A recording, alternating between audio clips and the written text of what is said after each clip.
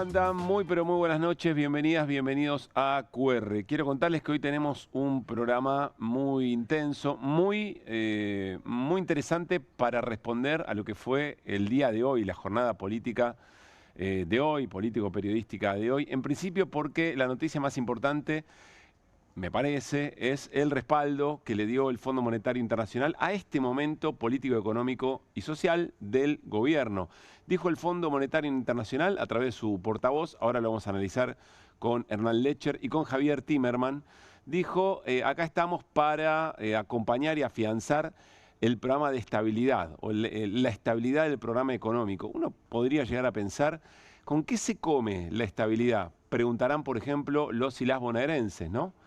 Que le dijeron, por lo menos a esa estabilidad que el gobierno vende como positiva, el fin de semana, ya sea por apoyar al oficialismo o bien por no haber ido a votar a Javier Milei, le dijeron que no a esa estabilidad. Y el gobierno parece responder solamente con algún grado de maquillaje, con alguna modificación del modo en que toma decisiones. Todo esto lo vamos a conversar también con Martín Granowski y con Juliana Di Tulio, la senadora que va a charlar con nosotros. Mientras tanto, siguen modificándose, siguen avanzando otras agendas. Por ejemplo, la agenda del caso Libra. Vamos a charlar con Sabrina Selva, que integra la comisión. Ustedes se acuerdan, es una comisión que el gobierno intentó trabar, diría yo con todo éxito durante un buen tiempo, pero que efectivamente al calor de un Congreso que fue construyendo nuevas mayorías, bueno, se destrabó. Y hoy tuvo una reunión en donde esperaban a dos funcionarios importantes, uno de ellos el titular de la Oficina Anticorrupción, que no fue. Y además hay nuevas citaciones, así que con la diputada Sabrina Selva lo vamos a conversar y seguir sosteniendo un tema, una agenda que para nosotros siempre fue fundamental, ¿no? Los cuentos de la cripto. Así que con todo eso, más alguna lectura todavía de las elecciones en la provincia de Buenos Aires, esas lecturas que se van haciendo cuando hay un análisis un poco más detallado de cómo se dieron los votos, los ausentismos, los votos positivos, etcétera, etcétera. Hoy lo vamos a conversar aquí en QR. Así que arrancamos con las voces del día como siempre y nos metemos de lleno en un programa, insisto, muy pero muy cargado. Dale. Se trata de cuidar lo que nos une y nos enorgullece. Pedimos al Poder Ejecutivo Nacional que reglamente la ley de financiamiento universitario. Cuidemos lo que funciona. Cuidemos la educación pública. No existe que un ministro de seguridad de otro país denuncie a un medio de prensa uruguayo. Por eso es que todo el arco político sale a reaccionar. El pueblo votó, el pueblo sabrá. Milei ya había dicho en el discurso que estaban muy parejos. No se notó. Siguen en Narnia. Se comieron una paliza electoral. Creo que la única medida que han tomado es lanzar la misma mesa que ya existía. Es el presidente de la nación que ha destruido absolutamente todo. Y ahora el problema de la mesa es que se están destruyendo adentro. Ya no hay nada para destruir afuera. ¿Quién te mandó a vos a reventar los dólares de Vaca Muerta en Punta Cana? ¿Qué clase de populismo berreta para clase alta es esa? Lo hace volcar al gobierno en el 2027. Está claro que el armador provincial fue pareja con la indicación de Karina Milei, no tengo ninguna duda. Tampoco puede ir contra el federalismo. Cada provincia que se arregle, que haga las rutas nacionales. Cosas incoherentes. Es un gobierno de disolución nacional. Hemos dado gobernabilidad desde el primer momento. Sentarse a hablar con gente que no ha cumplido y ya se ha perdido la confianza. Sin ningún tipo de diálogo con los gobernadores. Esto no pasó nunca en la Argentina. Los gobernadores son todos delincuentes, chorro, bandidos. Los senadores, chorro, bandidos, todo completo. Lo único sano era él y su hermana. No entiende el Estado, no lo estudió, no sabe su función como presidente. Y hoy demostró que su gobierno para mí está terminado. O no entendió o está dispuesto a todo, ¿no? Seguir adelante con un plan de saqueo que tiene claramente el presidente de la Nación. 23 y 30 de septiembre a la secretaria general de la presidencia, Karina Milei. Todos los meses vengo 2 veces al mes. No sé qué pasa. ¿Qué edad tiene él? Tiene 30 años. 3 remedios que toma él. La mitad me dieron. Voté por primera vez. Les quiero dejar un mensaje a aquellos que no pudieron votar. Al fin y al cabo es la única forma de combatir a la corrupción y saber elegir el rumbo de un país. Somos jubilados y estamos muy enojados. Muy enojados. Sí. Un voto castigo. ¿Habían votado para presidente a Milei? Sí. Habíamos puesto toda la ilusión. Me gustaría que me escuche el presidente, porque este fin de semana en las urnas yo no veía la boleta que me identifica ese color amarillo del PRO. Y yo digo, ¿a dónde está el PRO? Yo les juro que un día vamos a hacer un programa entero tomando cada uno de los cortes que María Cabreja y todo el equipo de producción hacen para las voces del día. Es un fiel reflejo que nos evita además de hacer mucho análisis. Ténganme paciencia, estoy un poco así, pero bueno, son los días, vieron que andan muchas cosas dando vuelta. Pero los tiempos de la política argentina nos tienen acá muy enganchados tratando de seguirle el paso y en algunos casos tratar de ver un poco para adelante qué es lo que viene, ¿no? Tratar de salir un poquito de la inmediatez. Muy buenas noches, Martín Granowski. Buenas noches, Pablo Caruso, ¿cómo está usted? ¿Qué dice Hernán Lecher? ¿Qué tal? ¿Cómo estamos? ¿Cómo Buenas estamos? noches. Bueno, vamos a meterle pata porque enseguida hablamos con Javier Timerman, es economista, es consultor. Y me gustaría, Hernán, que analicemos, o por lo menos una mirada tuya sobre el respaldo del Fondo Monetario al gobierno y la reacción del gobierno respecto a eso. Vamos a compartir primero el mensaje de Julie Kozak, que es la portavoz del Fondo Monetario. El personal del fondo colabora estrechamente con las autoridades argentinas en la implementación de su programa para afianzar la estabilidad, mejorar perspectivas de crecimiento del país. ¿Qué querrá decir la estabilidad? ¿No? Viste que decía 1 de 2. No sé Sí. si podemos mostrar el 2, porque la verdad el 2 es más importante. Apoyamos su compromiso sí. de garantizar la sostenibilidad del marco cambiario y monetario del programa, así como su continua adhesión al ancla fiscal y a la agenda integral de desregulación. Sí, todo, paquete completo. Le banca el gobierno, ¿o no? Si yo recorto lo que dijo Milei en el reconocimiento de la derrota, es eso mismo que tuiteó Julie Kozak. Es decir, que no va a haber un cambio en el rumbo fiscal, ni monetario, ni cambiario. Ninguna cuestión. No vamos a cambiar nada. Le agregó, si querés, el Fondo Monetario, la cuestión de la desregulación, es decir, todo lo que ha venido haciendo Sturzenegger, que además ha sido altamente cuestionado. Sí. Vos te acordás además que en esa, cuando habla Milei el domingo a la noche, arranca diciendo, bueno, hacemos una autocrítica, y después dice, pero hicimos todo bien. Quizás no lo hicimos lo suficientemente rápido. Y haremos lo mismo. Y haremos lo mismo. Sí. Uno podría decir, lo veíamos un poco en el tape de inicio. Y entonces, ¿cuál es el problema? Bueno, el problema es pareja. El problema es cómo se armó la lista. Raro. Para mí es una lectura un poco rara. Dato político, Hernán. En algún momento parecía que lo único que iba a ocurrir era eyectarlo a Pareja, y ni siquiera lo eyectaron a Pareja, al contrario, lo ratificaron el armado para el 26. Pero además, viste que a veces la gente en Twitter es mala. Sí. Una de las cosas que pasó desde el domingo, desde el resultado hasta hoy, es que andaba circulando distintas versiones de algo así como, si sacaste 12 millones de personas de la pobreza, no fueron a votar. Claro. No me dan los números. Pero lo decía hasta Marul, qué sé yo, que Sí. apoya al gobierno. Es decir, no te dan los números para sostener el relato, al menos en clave económica, y me parece que, volviendo un poco a la cuestión del tuit, acto seguido, detrás del Fondo Monetario salió Caputo, salió Milei, un poco reafirmando. Vamos a compartir el mensaje, el posteo del presidente de la Nación, que retoma lo que recién veíamos del fondo, retoma Caputo, que retoma el fondo, digamos. Tal como señalé el día domingo, no nos moveremos ni un milímetro del programa económico. 1, equilibrio fiscal. 2, mercado monetario ajustado. Esto es que no haya liquidez, digamos, ¿no? Que no haya mucho peso dando vuelta. No emitan. En lo cambiario se mantienen las bandas cambiarias pactadas con el fondo y además seguiremos desregulando. Viva la Claro. libertad, carajo. Ahora, acá hay varias cuestiones, ¿no? Dele En la nomás. cuestión del equilibrio fiscal hay algunos cuestionamientos respecto de cuál es el tratamiento de los intereses, particularmente de los intereses que van metiendo, podríamos decir, debajo de la alfombra, como capitalizables. Pero además en la cuestión monetaria, en el último tiempo has tenido un quilombo bárbaro, perdón el término técnico, pero un quilombo bárbaro. Desde el desarme de las LEFI hasta hoy, has pasado, por ejemplo, y quizás para mí una de las cuestiones más importantes en relación a esto, tiene que ver con que se supone que vos seguías una meta indicativa, no obligatoria, del Fondo Monetario Internacional, que es una cosa que se llama M2 transaccional, que viene a representar, digamos, los billetes con los que puedo transaccionar desde el sector privado, y lo volvimos a una cosa que se llama base monetaria amplia, que era un poco lo que teníamos antes. O sea, ¿Cómo se era? cambió el indicador, o la referencia. Sí, no es fijo ni obligatorio, Sí. con lo cual es una especie de referencia. Pero bueno, lo cierto es que hace un par de semanas Caputo dijo, no, es la BMA. Pero vos decís, ¿pero cómo? Si veníamos controlando la otra y venías hablando con el fondo de la otra.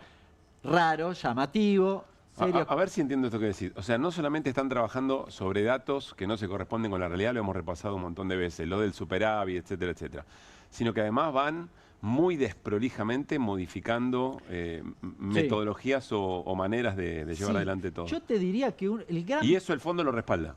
Sí, el gran problema es que vos decís, bueno, vamos a... La tasa es endógena, no nos metemos. Y al día siguiente abren una ventana de repo. Sí, abren una ventana de liquidez desde el Banco Central. Traducido es lo contrario a, es lo contrario a tasa endógena. La tasa endógena la define el mercado, yo no me meto. Y al día siguiente, al día siguiente.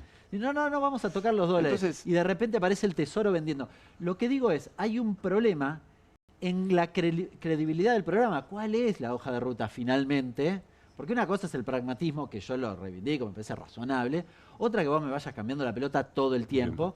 Porque esto, sostenido del tiempo, lo que hace es que nadie cree demasiado qué va a pasar. En el medio vas haciendo negocio, obviamente, porque parece razonable. A ver, en términos políticos, sumate Martín cuando quiera, en términos políticos, entonces el respaldo... sobre eso, pregunto esto nomás. Entonces, el mensaje del fondo hay que leerlo en esta clave. Vamos a acompañar todo lo que debamos, aunque sepamos todo esto, me imagino el fondo lee lo mismo que vos, para llegar a octubre, que tengas el mejor resultado posible y a partir de ahí ver si conseguimos las reformas que a nosotros nos interesan. Definitivamente, y con un agravante. No sé si tenemos la placa. Te traje una placa, Pablo, porque cuando yo lo leí dije, pero pará, ¿el fondo no tendría que estar preocupándose por la meta de reservas? ¿Qué es la meta de reservas? De acumulación de reservas en dólares. ¿Qué estamos viendo? La curva es cómo se mueve la acumulación. Los puntitos rojos son las metas del programa original. ¿Dónde debería haber estado? Sí. ¿Dónde debería estar la línea azul, digamos? Claro, donde debería haber estado arriba de ese puntito. Sí. Bien, está abajo. La meta de junio no se cumplió, ves que está abajo. Sí. La de septiembre se la perdonó. Nosotros la pusimos ahí, tenías que tener 900 y tenías menos 6.300. Es decir, quedaste más de 7.000 abajo. Claro. O casi, ¿no? Faltan 20 días. Y el resto es lo que viene. Y el resto es lo que viene. Los celestes, los puntitos celestes, son la modificación de la meta. Si vos te fijás entre el rojo y el celeste en diciembre, te da que se lo hacen menos exigente en 6.500 millones de dólares. Sin embargo, cuando miro la meta de diciembre contra el valor en que estamos ahora, tiene que acumular 5.000 millones. Y si tuviese que ir a la meta original, ¿por qué es importante esto? Porque cuando yo me senté con el fondo, le dije, bueno, hagamos un programa así, asá. Es decir, había un sustento de eso. Quedan 11.500 millones de dólares abajo. ¿Pero cómo? ¿Esa era la hoja de ruta? O sea, acá podríamos aplicar la imagen de los monitos ciegos, sordos y mudos, básicamente. Sí. Ya está Javier Timerman para charlar, ya lo saludamos, pero tenías una pregunta, Martín. Pregunta para Hernán, y se la podríamos hacer a Javier ahora también. ¿Esto es una especie de autoengaño compartido? O sea, el fondo se engaña porque el gobierno se engaña, porque los mercados, entre comillas, se engañan. Sí. Todos se engañan para poder seguir, para que la cosa siga. Yo creo que engaño no hay ninguno. Por eso. Me parece que acá... No, autoengaño, por eso digo. Sí, o gobierno, autosimulación, si querés, lo digo de otra manera. El equipo económico cree que con los dólares que tiene está bien. Y el fondo cree que no. Esto fue una diferencia desde el origen. Y ahí hubo una especie de acuerdo donde los dos dijeron sí. Hacemos que y el equipo económico siguió haciendo lo que quería. Y el fondo dijo, bueno, está bien, miro para otro lado. Me parece que eso es un poco la cuestión. Lo que pasa que da la impresión que eso no puede ser ad eternum. Claro, pero eso es en público además de todo. Sí. Ese es el problema. Yo lo que digo, esta meta, porque vos decís, ¿qué me decía alguno cuando yo mostraba esto? Me decía, bueno, pero total el fondo se la va a perdonar. Puede ser. Ahora, el tema es que los mercados también miran esto. Claro, por eso digo es en público. ¿No? Decís, y vos mirás la hoja de ruta y decís, pero la hoja de ruta tendría que ir por acá y medio que estamos un poco lejos. ¿Cómo es la cosa? Melconian lo veíamos recién, dice, el populismo de clase media. Como dijo... ¿Por qué? Los dólares de vaca muerta te los gastás en Punta Cana. ¿Por qué? Saludamos a Javier Timerman, es economista, analista, consultor. Javier, Pablo Caruso, con Hernán Lecher y Martín Granowski, saludamos. ¿Cómo estás? ¿Qué tal? ¿Cómo andan? ¿Todo bien? Se escucha bajo, pero voy a tratar de hacerlo más... Y ahí tratamos de acomodar lo más posible. Gracias por el rato, Javier. A ver, lanzo pregunta, después la charla nos irá llevando, pero en función de cómo venía presionado en términos financieros el gobierno con su esquema financiero. Sobre eso, el resultado electoral en la provincia de Buenos Aires. A continuación, el gobierno hace una modificación apenas de gestión política interna. Llega el mensaje de COSAC, de la portavoz del Fondo Monetario. Entonces, mi pregunta es, ¿alcanza esto que ocurrió hasta acá después de las elecciones como para que toda la presión financiera que estaba sufriendo el plan económico se disipe o tenga algo de aire? Lo que pasa es que asumamos que las elecciones hubiesen salido de la... O sea, hubiese habido un empate en las elecciones. Sí. La realidad es que el plan económico estaba siendo cuestionado por los inversores porque este año fue un año, o sea, es un año donde los inversores dijeron, bueno, tenés que acumular reservas. Yo escuché un poco de lo que mencionaba Hernán en términos de los pagos que hay que hacer, etcétera, etcétera. Y los inversores venían diciendo, vos armaste un plan que realmente no te permite acumular reservas. Entonces ya había un cuestionamiento por parte de los inversores a este plan. Le pedían que sea un plan con un dólar más apreciado, que tenga una política monetaria más clara. Nadie entiende muy bien cómo es esta política monetaria, etcétera, etcétera. Y había de alguna manera, fue un año, o es un año muy bueno para los mercados emergentes, y la Argentina venía sufriendo diferentes crisis, etcétera, etcétera. ¿Cuál era el argumento del gobierno? Bueno, esto en realidad es el riesgo Cuca. Cuando ganemos las elecciones se va a ir el riesgo Cuca, porque vamos a ganar las elecciones. Claro. Ahora, los Cucas ganaron las elecciones. O sea que el mismo gobierno te está diciendo, hay un problema. Bueno, está bien, asumamos que el gobierno tiene razón, hay un problema porque el Cuca ganó. Bueno, ¿en qué va a cambiar? O sea, es contradictorio el mensaje del gobierno, porque te dicen, si ganan los Cucas tengo un problema, pero no cambio nada. O sea que, ¿por qué no ganarían de vuelta los Cucas? Lectura Entonces, posible. Me pongo en el argumento del gobierno y digo... Es difícil entender lo que el gobierno quiere hacer. Me pongo, Javier, en el argumento del gobierno y digo, bueno, es que aún en la derrota electoral, mirá lo fuerte que soy, mirá lo decidido que estoy para seguir con este esquema económico, que ni eso me va a cambiar, y esa fortaleza quiero que los mercados la lean positivamente. Bueno, el tema es que los mercados ya veían negativamente este plan, por eso teníamos el riesgo país donde lo teníamos, por eso las tasas de interés estaban por la única forma que tienen o tenían de controlar el dólar era con tasas altísimas que estaban mermando la actividad económica. Todo eso se vio y todo eso castigó al gobierno de alguna manera en las elecciones.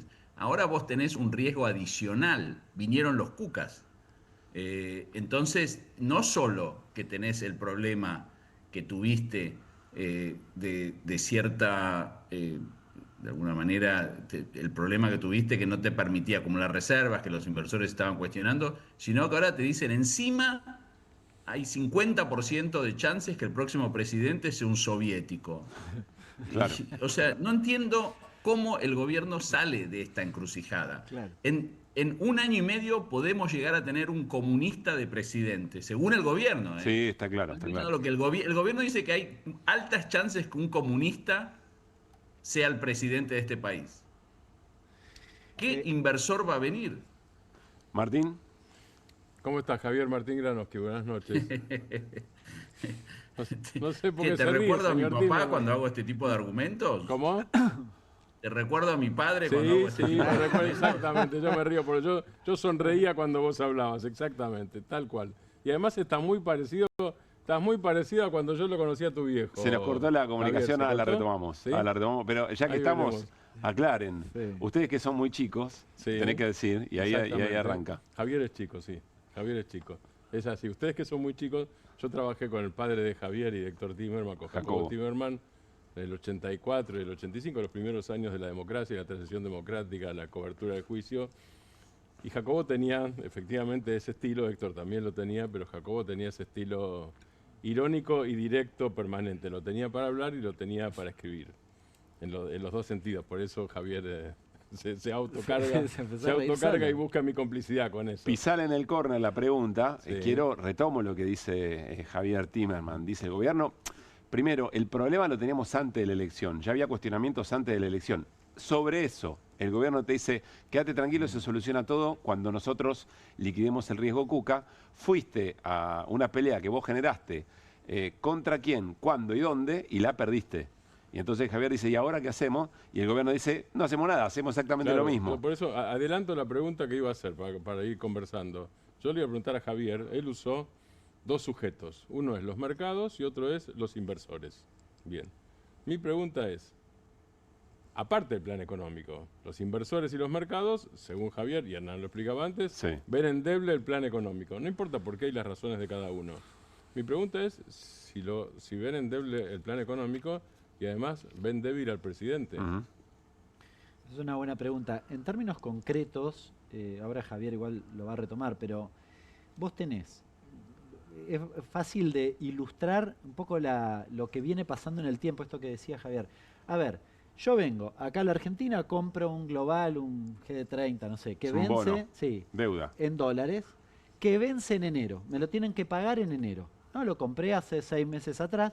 El gobierno me dijo, mira, yo voy a ir comprando desde el Tesoro dólares en bloque. Bueno, empezó a comprar, juntó 2.000, vencen 4.500 en enero. 4.500. Sí. Juntó 2.000, voy a decir, bueno, estamos bien, me van a pagar a mí, van a seguir acumulando, bla, bla, bla, no hay problema. ¿Qué pasó en las últimas 2 semanas? Viste que el Tesoro empezó a vender dólares, que terminó en 1.000 millones, o sea, se gastó 1.000. Te gastaste la mía, te gastaste... Claro, y que después me dijiste, y esto es interesante lo que dice Javier, porque el gobierno como que se fue cavando la fosa solo, diciendo yo voy a taparla después, pero cada vez la hacía más profunda, al referéndum de ganar las elecciones. Claro. Yo recuerdo el tuit del propio Caputo diciendo, cuando ganamos las elecciones todo eso se resuelve, perdiste, ¿y ahora? Sería muy interesante retomar por eso. mucho encima de todo, aparte. Sería muy interesante retomarlo a Caputo, volver a escucharlo a Caputo decir con tanta liviandad, quédense tranquilos cuando ganamos las elecciones. El empate técnico no existe, el empate técnico existe en las encuestas, pero ganás por un voto, perdés por un voto. Ahora que tampoco cambia, ganar o perder por un punto, 2 puntos, sí, está bien, el ganar o perder. No, sí cambia, sí cambia. Pero si además perdiste por 13, 14 puntos, es una enormidad ya directamente. Porque además en el programa, lo decía Javier, ¿cómo acumulás los dólares para pagar en enero? ¿Cómo hago? Estoy hablando ya del Tesoro, no del Banco Central. Porque a todas luces, este camino, ¿cuál es? ¿Cómo termina? Bueno, el Tesoro le termina colocando una letra intransferible al Banco Central para pagarle a los bonistas. Y vos decís, otra más a la inversa de lo que me dijiste, porque agarraste los dólares del Fondo Monetario y dijiste, no, yo no los toco. Bueno, ahora medio que los estarías tocando y encima poniéndole una letra intransferible que se supone que es la que levantaste porque eran horribles. Eso no lo querían penalizar, Hernán, en un momento. Sí, además, bueno, y además iban presos. Claro, que hacía eso iba preso. Querían eso. Es importante. Bueno, no es menor, ¿no? Claro. Quiero decirle que ya estamos dándole pelea a la 486 para reconectarlo a Javier Timerman. Bueno, y enseguida, no es una 286, está muy bien, está bien. Sí. No es una Commodore 64. Interesante porque quiero hacer esta aclaración. Dicen que la juventud no lo entendió. Pero bueno, había alguna... No iba a decir Commodore. Fíjese. Bueno. Es interesante porque uno puede decir... Por eso yo arranqué el programa diciendo, che, la sociedad bonaerense no terminó de entender la estabilidad prometida del gobierno, del plan económico del gobierno. Leyó otra cosa, leyó su propia situación.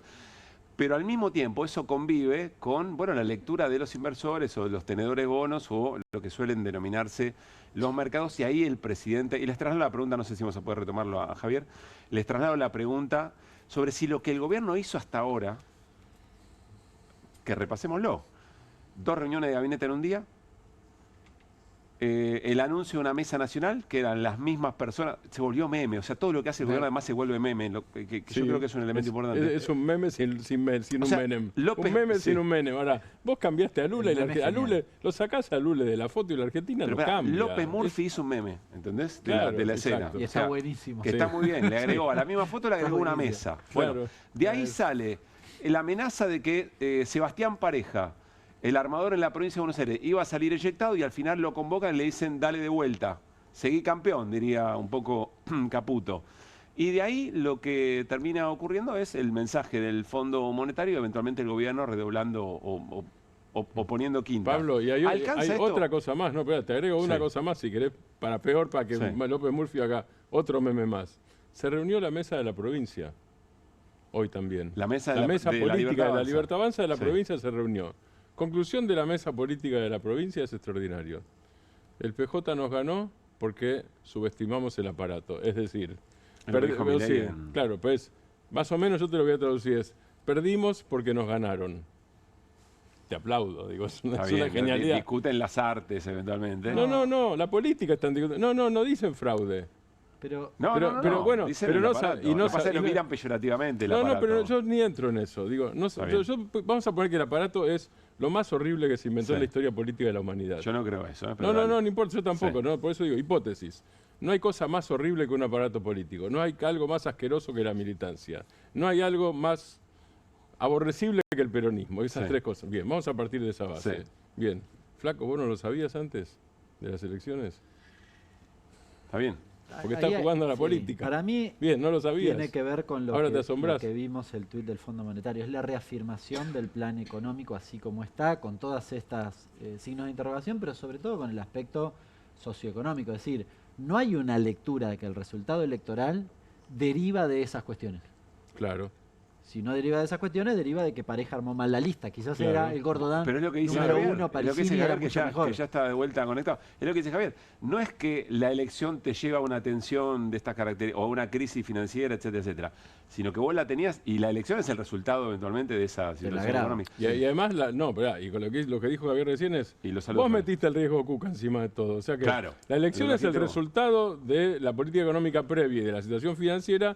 Y además vos le agregaste una bomba política que haces estallar, que te estalló, pero la pusiste vos. Ya viene Sabrina Selva, diputada nacional, para hablar del caso Libra, pero volvemos a Javier Timerman. Javier, gracias por tenernos paciencia. Quiero decirte que Martín Granowski ya contó la historia de tu viejo, dijo que exactamente hacía las mismas analogías y los mismos motos de tu viejo, la tuvo en el córner y te trasladamos entonces a decir la pregunta. Yo te preguntaba, porque vos usaste, recién lo conversábamos, usaste dos sujetos, los mercados y los inversores. Yo te pregunto, los mercados y los inversores, además de ver endeble la situación financiera o económica argentina, como quieras vos, ¿también lo ven endeble al presidente? ¿Y cuánto importa eso en todo caso? Mira, la Argentina tiene una situación muy peculiar, que es que para los inversores, ya sea de activos financieros o en la economía real, no hay plan B al presidente. Eso no es un análisis, eso es una descripción de la realidad. Cualquier candidato peronista que le gane al presidente en las elecciones va a ser mal visto por el mercado. Muy mal visto. Eso es consecuencia de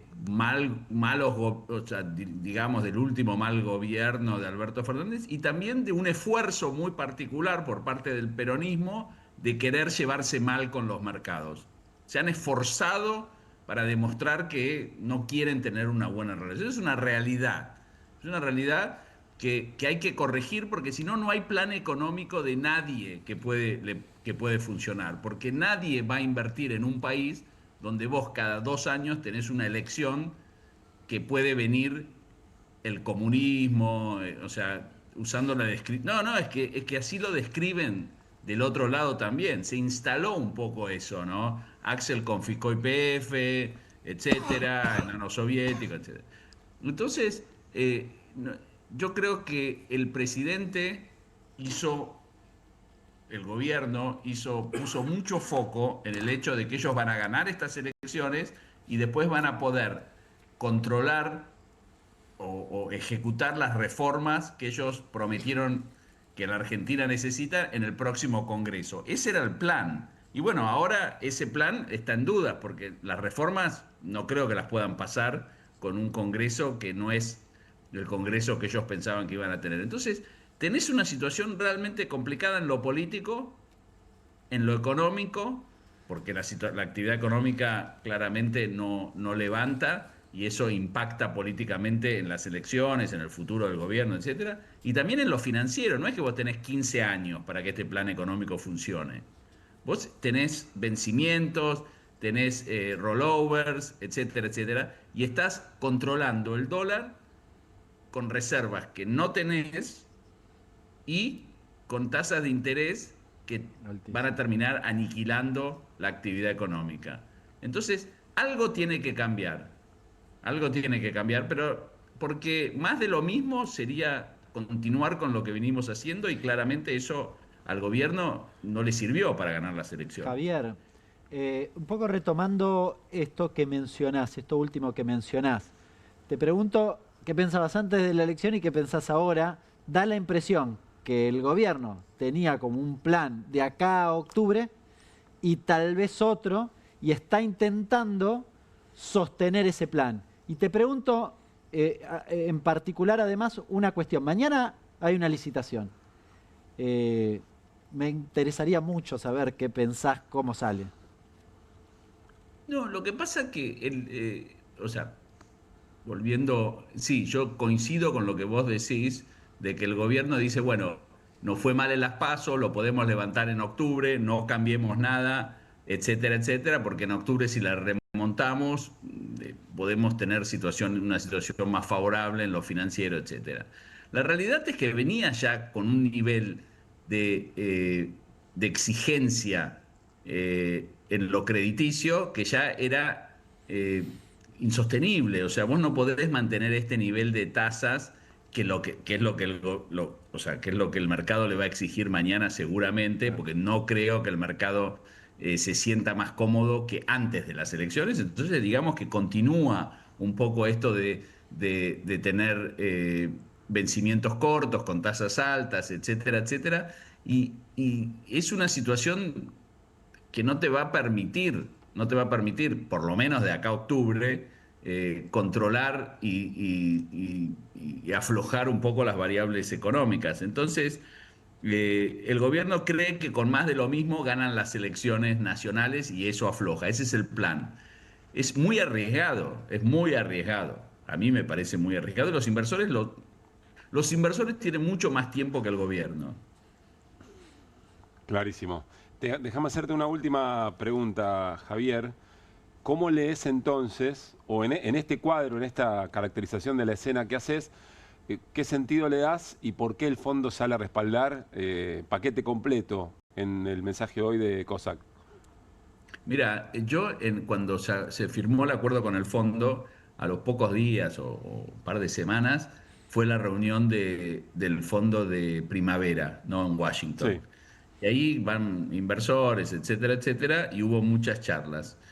En una charla en la que habló un ex alto funcionario del fondo, repito, ex alto funcionario del fondo, habló de que no le convencía mucho el programa que la Argentina había firmado con el fondo porque le parecía muy laxo, que le daba demasiado a la Argentina sin exigirle demasiado, especialmente con el tema cambiario. Sí. Lo que ellos insistían es que la Argentina necesitaba acumular reservas y para eso necesitaba modificar el tipo de cambio, no les cerraba en general a nadie el tema de las bandas, etc. Pero este señor dijo, ahora bien, si este plan generoso por parte del fondo es suficiente para que la Argentina, para que el gobierno gane las elecciones y se termine el populismo, por no decir, pero yo ahora no me acuerdo si dijo populismo o peronismo, entonces lo apoyo.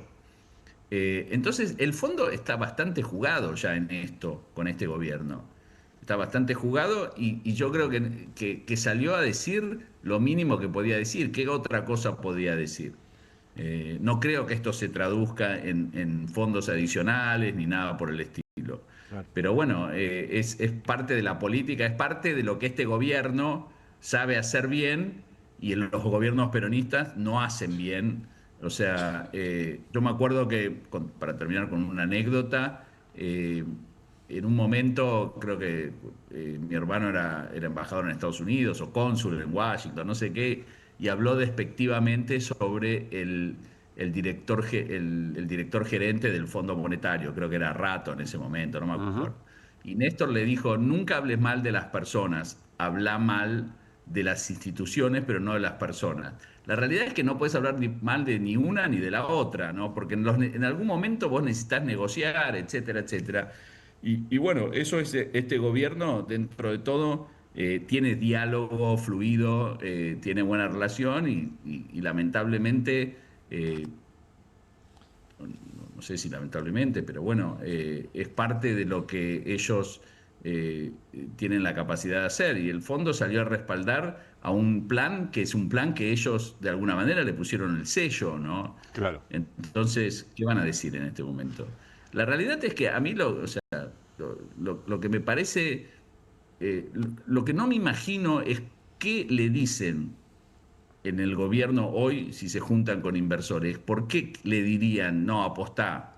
O sea, si no me queda claro, o sea, porque no van a ser más agresivos en las redes, porque van a ponerse, van a dirigir la campaña de otra forma, porque van a cambiar algunos funcionarios. No me queda claro qué es lo que el gobierno va a cambiar para mejorar la situación que lo llevó a esta derrota electoral. Vos decís, Javier, que Sebastián Pareja no es muy conocido en Wall Street, ¿no? No, pero son tonterías. O sea, realmente no va a cambiar nada. Si eso lo hace más competitivo, tal vez. Pero la realidad es que se compraron un problema grande confrontando de esta manera con el kirchnerismo. Un gobierno inteligente de derecha, lo que hubiese hecho el primer día de gobierno es llamar, no ahora, el primer día de gobierno, llamar a Axel, interactuar con ellos, llamar a todos los gobernadores, interactuar. Es muy importante para un gobierno tener una oposición responsable, una oposición con la que pueden colaborar, etcétera. Muy importante. Y este gobierno se ocupó de que eso no ocurra. Y bueno, eso es un costo que ahora no sé cómo van a hacer para revertir. Javier, muchas gracias como siempre. Un gran abrazo. Bueno, le mando un abrazo. Que esté muy bien. Javier Timerman. Bueno, vamos a volver enseguida con Juliana Di Tulli a hablar de política, de la elección, del momento del gobierno, pero nos metemos ahora en otro de nuestros segmentos, esos que no faltan en QR, cuentos de la cripto, porque está con nosotros, y gracias por esperarnos unos minutos, Sabrina Selvas, diputada nacional de Unión por la Patria, y además integra la Comisión Libra, que hoy se reunió y trabajó. Sabrina, ¿cómo estás? Buenas noches. ¿Qué tal? Buenas noches. Gracias por estar acá. No, por favor. Bueno, recordemos mínimamente lo que le costó a esta comisión investigadora del caso Libra ponerse a funcionar con todas sus atribuciones, ¿no? Sí, meses de bloqueo, en principio obviamente impulsados por el presidente de la Cámara, Martín Menem, que junto a los aliados del oficialismo impidieron que la comisión en principio designara a sus autoridades con unos artilugios parlamentarios que iniciaron para impedir el desbloqueo de la comisión con emplazamientos que nos negaron en la Cámara de Diputados, pero después de varios meses hemos logrado con mucho trabajo parlamentario en conjunto con los bloques que impulsamos la creación de la comisión investigadora, que la comisión finalmente designe a sus autoridades y empiece a funcionar, y hoy fue la primera reunión en la que habíamos citado testigos, en este caso funcionarios del Gobierno Nacional que no asistieron. ¿A quiénes y por qué no asistieron? O por lo menos que... Bueno, paradójicamente los funcionarios que habíamos citado en el día de hoy son el titular de la Oficina Anticorrupción, Alejandro Melic, y la doctora María Florencia Sicabo, que fue la persona que designó el ministro de Justicia, Mariano Cuño Libarona, para la unidad técnica de investigación especial que se había creado para la autoinvestigación del post. Se abrió y se cerró. Se abrió y se cerró. Sí. La Oficina Anticorrupción inició un proceso de investigación en el mes de febrero, días después del tuit del presidente Milei, aquel 14 de febrero. En mayo se cerró la investigación con argumentos que la mayoría atienden a declaraciones públicas del presidente Milei en sus redes sociales y en medios y en entrevistas fraudulentas que tuvo el presidente, y que realmente consideramos que no fue una investigación seria, y al expediente en torno a esta unidad especial de investigación a cargo de la doctora Sicabo no tuvimos acceso ni los diputados ni organizaciones de la sociedad civil. O sea, tranquilos que acá no pasó nada, a ver, mostrame, no. No, incluso algo más que me parece lo más destacable y que demuestra que el gobierno insiste en esta actitud de negar, ¿no? De silenciar y de obstruir, y que comprueba por qué este bloqueo, ¿no? Constante a la comisión investigadora. Bueno, creo que hoy, no sé si fue algún diputado, no recuerdo si fue Esteban Paulón, que dijeron, ¿se acuerdan cuando hablaba el gobierno del principio de revelación? Y si alguien que tenía que ser auditado, este gobierno que le gustaban tanto las auditorías, si alguien que tiene que ser auditado rechaza la auditoría es porque algo esconde, dijo el gobierno siempre. Y estos funcionarios fueron los que cerraron la investigación aduciendo que no había responsabilidades políticas de ningún funcionario del gobierno. Entonces, qué mejor oportunidad de ir a la comisión investigadora en torno a Libra a esclarecernos a todos cuáles son los argumentos para que esta investigación no continúe. Y la realidad es que se niegan, primero se negó Alejandro Melic a recibir la notificación institucional de la Cámara de Diputados para ser citado a la comisión. Un y hoy funcionario no quiso de recibir la Oficina Anticorrupción no quiso recibir una notificación de la Cámara de Diputados que lo estaba citando a prestar declaración. ¿Tocaron el timbre y no atendió? No atendió, cerró la puerta, le plasmaron... Borró la dirección, el número, ese tipo de cosas. No, le plasmaron la citación en su despacho porque se negó a salir a recibir la notificación oficial de la Cámara de Diputados. Y no solo eso, hoy se apersonaron en la Cámara de Diputados tanto el titular de la Oficina Anticorrupción como... Esa es la notificación, ¿no? Esa es la notificación, exacto. Se la dejaron pegada. Se la dejaron pegada en la puerta como hace la justicia. Perdón, mirá la escena. Sí. Esa es la notificación la que nota, no quiso... Secretaría de Ética Pública. Es tremendo. Es buenísimo. ¿No? Es tremendo. Es tremendo. Es Ahora, muy ¿pueden oír gráfica. ¿No es carga pública como en la justicia esto? Totalmente. Nosotros incluso... Porque en la justicia, perdón, si te llama como testigo, digo, a la primera no, a la segunda no, después es fuerza pública, digo, va a terminar por la fuerza pública este señor. Nosotros aprobamos un reglamento que nos habilita en el caso de que se vuelva a negar este funcionario y la otra funcionaria y todos los funcionarios que citemos a asistir a la comisión, a pedir auxilio al Poder Judicial para que sean traídos por la fuerza pública. Y esto no es entorpecer la investigación judicial, es complementarla, porque estos funcionarios no citaron testigos en todo lo que fue su investigación, no fueron citados tampoco por la justicia a prestar declaración. Ellos dicen que enviaron o remitieron estos expedientes a los que nunca tuvimos acceso en torno a qué hizo la UTI, esta área especializada, que hoy una de las personas que citamos y que sí asistió, que es un exfuncionario de la Oficina Anticorrupción, Luis Villanueva, con mucha trayectoria de carrera en organismos también de transparencia del Estado, que él nos decía en principio, obviamente, observaciones en torno a cómo había sido el funcionamiento, y nos decía que no había habido... ¿El funcionamiento de quién? De la Oficina Anticorrupción. Sí, y que no en este caso, y que no había habido antecedentes de la Oficina Anticorrupción que se creara un área especializada dentro de un ministerio para autoinvestigar al Poder Ejecutivo cuando ese rol lo tiene que cumplir la Oficina Anticorrupción. Nunca se hizo, nunca se había hecho.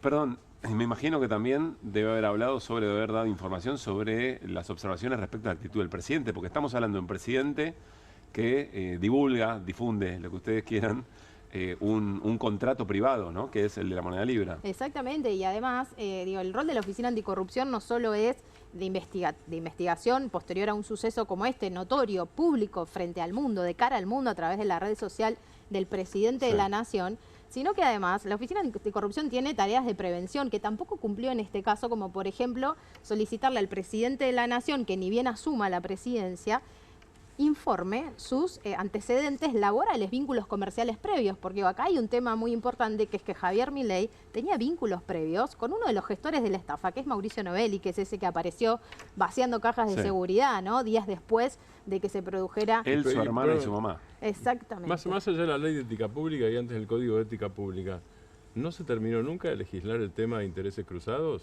Bueno, ¿de lo que estás hablando?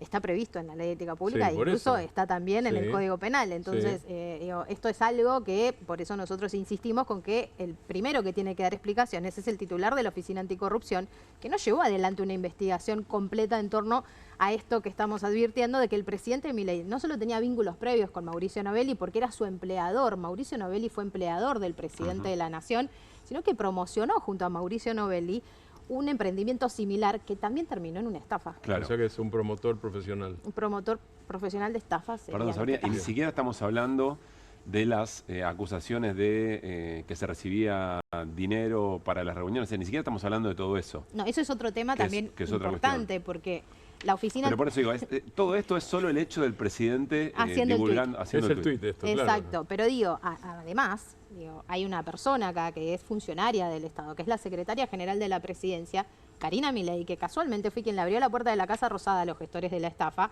que participó de reuniones con los gestores de la estafa y el presidente Milei, y que fue acusada por uno de los gestores de la estafa de haber recibido dinero para que Milei hiciera ese tuit aquel 14 de febrero, porque surgió a través de chats que hoy están incorporados como prueba en la causa que tramita en Estados Unidos por los perjudicados que están avanzando también en una causa judicial allí. Y la Oficina Anticorrupción de Argentina definió que no había que orientar la investigación hacia la Secretaria General de la Presidencia y únicamente toda la investigación de la Oficina Anticorrupción está orientada al presidente Javier Milei y a un ex asesor de la Comisión Nacional de Valores, que es Sergio Morales. También había sido designado a través de la Secretaria General de la Presidencia, que participó de reuniones y con los gestores de la estafa. Sabrina, ¿cómo sigue? Un poco lo que preguntaba Martín, volverán a citar a los que hoy no fueron y después se verá, y hubo más citaciones además. Hoy definimos una fecha de citación para la secretaria general de la Presidencia, Karina Milei. 2 opciones le dimos a la secretaria general de la Presidencia, atendiendo a que puede estar teniendo una agenda complicada. Nosotros queremos que la secretaria general de la Presidencia asista. Si le daban 3 era un montón, perdón, lo tenía que decir. Te iba a decir, le dimos 2 y con posibilidad 3 para que la tercera la elija ella. Era un montón, disculpa, mala mía. No, muy bien. 23 de septiembre, 30 de septiembre y una tercera opción para que la secretaria general de la Presidencia disponga cuándo puede asistir a la comisión, si no es en esos 2 días que nosotros dispusimos, porque son los días martes, que es cuando funciona la comisión investigadora. Yo entiendo que la comisión tiene que trabajar institucionalmente, más allá de la opinión pública, más allá de un montón de cuestiones, pero ¿crees que si algún sector de la sociedad le quedó lejos lo de Libra por la característica del negocio, etcétera, por lo complicado que a veces es entender el tema de las cripto, etcétera, ¿crees que todo el tema de las presuntas coimas en la agencia de discapacidad vuelve la mirada, o sea, le da otra entidad o permite fijar otra atención a algún sector de la opinión pública sobre esto? Yo creo que sí, porque cuando nosotros arrancamos la investigación en torno al caso Libra, una de las primeras cuestiones que advertimos fue esta acusación por parte de uno de los gestores de la estafa de que Karina Milei habría recibido dinero para que Milei hiciera ese tuit. Y no fue solo eso lo que surgió cuando iniciamos la investigación, surgieron declaraciones de candidatos que empezaron a denunciar que durante la campaña también habría habido venta de candidaturas, surgió paralelo a la investigación Libra y esta denuncia de que Karina habría recibido dinero de artistas como Pallarols, que denunciaron que Karina Milei le había pedido dinero para reunirse con el presidente. Entonces yo creo que esto que surge ahora, que obviamente es de una gravedad mucho más profunda y mucho más grave, porque además afecta a un sector de la sociedad que hoy la está pasando muy mal y que creo que fue un sector muy contundente que el domingo le dijo que no al presidente Milei en la provincia de Buenos Aires, tiene que ver con que ahora está involucrada la secretaria general de la Presidencia a raíz de audios que surgen del ex titular de la Agencia Nacional de Discapacidad, también en situaciones que hablarían de un posible cohecho, un delito por parte de la secretaria general de la Presidencia de la Nación. Me falla el tema de que es el jefe, ¿no? Que parece que es más presidente que Milei a esta altura. En la justicia, salvo una indagatoria, alguien que es testigo no puede mentir. En la comisión es lo mismo, porque si alguien miente como testigo ante el juez es un delito instantáneo, es falso hoy incluso testimonio. El testigo que invitamos a la comisión declaró bajo juramento no estar obviamente mintiendo. Bajo apercibimiento de ser acusado por falso testimonio, totalmente. Lo que sí prevemos es que los que asistan a declarar también pueden hacer uso de una garantía constitucional, que es el derecho de abstenerse a declarar contra sí mismo y que pueden ir con asesoría letrada a prestar declaraciones. Podrían no declarar. Acá estoy, no voy a declarar. Tienen que ir y decir, esta pregunta no la puedo responder, pero tienen que asistir a dar explicaciones. No podemos seguir naturalizando que el gobierno permita que los funcionarios no den explicaciones. Sabrina, gracias por haber venido. No, gracias a ustedes. Que estés muy bien. Bueno, vamos a volver hacia... Todo esto es parte de la escena política, ¿no? Está claro. Y el impacto que tiene el resultado electoral de la provincia de Buenos Aires vuelve sobre estos temas que tenían una agenda previa, seguramente le pone otro contexto. Está la senadora nacional Juliana Di Tulio en línea. Juliana, soy Pablo Caruso, Martín Granowski, Hernán Lecher, te saludamos en QR. ¿Cómo estás? ¿Qué tal? ¿Cómo les va? Muy bien, muchas gracias. Bueno, primera pregunta, ¿cómo evalúa Juliana el modo en que el gobierno reacciona frente a la derrota electoral en la provincia de Buenos Aires por estas horas? Podríamos repasarlo, pero esencialmente Mesa Nacional con las mismas caras, que continúa el rumbo. Hoy un mensaje del Fondo Monetario que respalda al gobierno en ese no modificar nada en términos del plan económico, y hasta donde sé, es información, todavía no está confirmado, pero es información de Rosada, el gobierno va a vetar financiamiento a universidades y la emergencia en pediatría. Entonces, resumo la pregunta, Juliana, ¿cómo estás analizando la respuesta que está dando el gobierno de la elección del domingo? Bueno, creo que no es una respuesta. No me parece que haya una respuesta contundente del gobierno que dijo que iba a tomar nota del resultado electoral del domingo, que fue contundente. Las bonaerenses le dijeron que no al presidente. La verdad es que esta es toda del gobierno nacional y deberían, bueno, hacerse cargo. También dijo que no iba a cambiar el rumbo, sino que lo iba a profundizar. Entonces, evidentemente es lo que están haciendo, ¿no? Porque el comunicado del Fondo Monetario Internacional lo que indica es que el camino a seguir es el que le indica el Fondo Monetario Internacional al presidente. O sea, sí va a haber más ajustes, sí van a vetar. La emergencia pediátrica, ¿no? O sea, que el Garrahan no pueda atender a los pibes y pibas, a los niños y niñas que están en situaciones gravísimas. Y además, bueno, el desfinanciamiento de las universidades y el aumento a los docentes universitarios. Es como no entender qué es lo que pasó el domingo, ¿no? Es como no entender qué es lo que le quisieron decir. Bueno, por lo menos el 40% de la población de este país que está en la provincia de Buenos Aires, que es un porcentaje muy, muy grande, el 47%, un poco más del 47% de los bonaerenses, le dijimos al presidente que cambie el rumbo. Que cambie el rumbo económico, porque la recesión ya se siente mucho en el conurbano, mucho se siente. La recesión en el conurbano es donde primero se siente.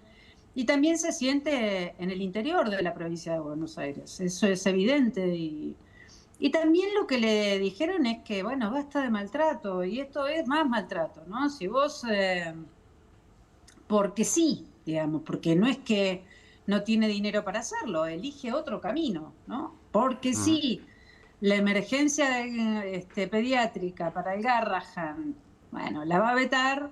Entonces es más maltrato. Parecería, y la verdad Juliana, es que los argentinos... Parecería que esa convicción o esa tenacidad en la crueldad es la fortaleza que quiere mostrar para mostrarse determinado a seguir el plan económico. Bueno, la crueldad no es parece que es una política, pero no es bueno, es la política del presidente, ¿no? La crueldad parece que va a ser la política del presidente, y la crueldad es lo que le dijimos basta el domingo, ¿no? O sea, no, maltrato no necesitamos. Nosotros necesitamos que nos resuelvan los problemas, que nos inviten a soñar. Milei invita a soñar en el Jockey Club a los dueños y a los ricos, los más ricos de la Argentina, pero no invita a soñar a los laburantes, a los jubilados, a los discapacitados, a los médicos, a las médicas. No, invita a soñar siempre a los mismos, ¿no? Que es el 1% de la población. Y los invita a soñar, ¿qué? ¿No? ¿Qué país invita a soñar a ese 1%? Y a nosotros no nos deja fuera, digamos, el resto del país nos deja fuera. Eso es lo que se ve. Se ve, y se ve con maltrato, ¿no? O sea, no, bueno, ustedes hay porciones inviables para el presidente, porciones de la población inviables para el presidente. Si sos enfermo de cáncer, bueno, sos parte de la población inviable de la Argentina, no te van a dar los remedios. Si sos jubilado o jubilada, bueno, sos una porción inviable para el presidente, porque, bueno, el presidente te va a dar un sueldo de hambre, o sea, el 7,2% de aumento no te lo va a dar, tampoco te va a aumentar el bono, bueno.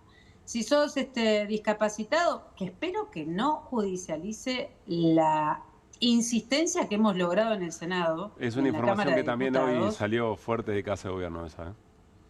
Bueno, pero eso es ilegal, ya se va. Y además lo que tiene que hacer el presidente el 15 de septiembre es presentar el presupuesto nacional. Que no se olvide. Que no se olvide de presentar el presupuesto nacional. Queremos saber cuál es el plan del presidente. Juliana. ¿Dónde más quiere recortar? ¿Dónde más quiere recortar? Juliana, buenas noches. Hola, Martín. Martín Granoski, ¿cómo estás? ¿Bien?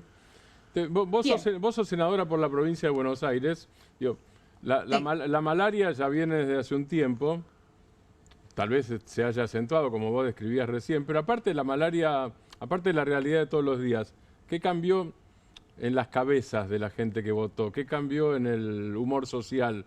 ¿Qué es lo que viste en ese sentido? ¿Qué es lo que fuiste viendo?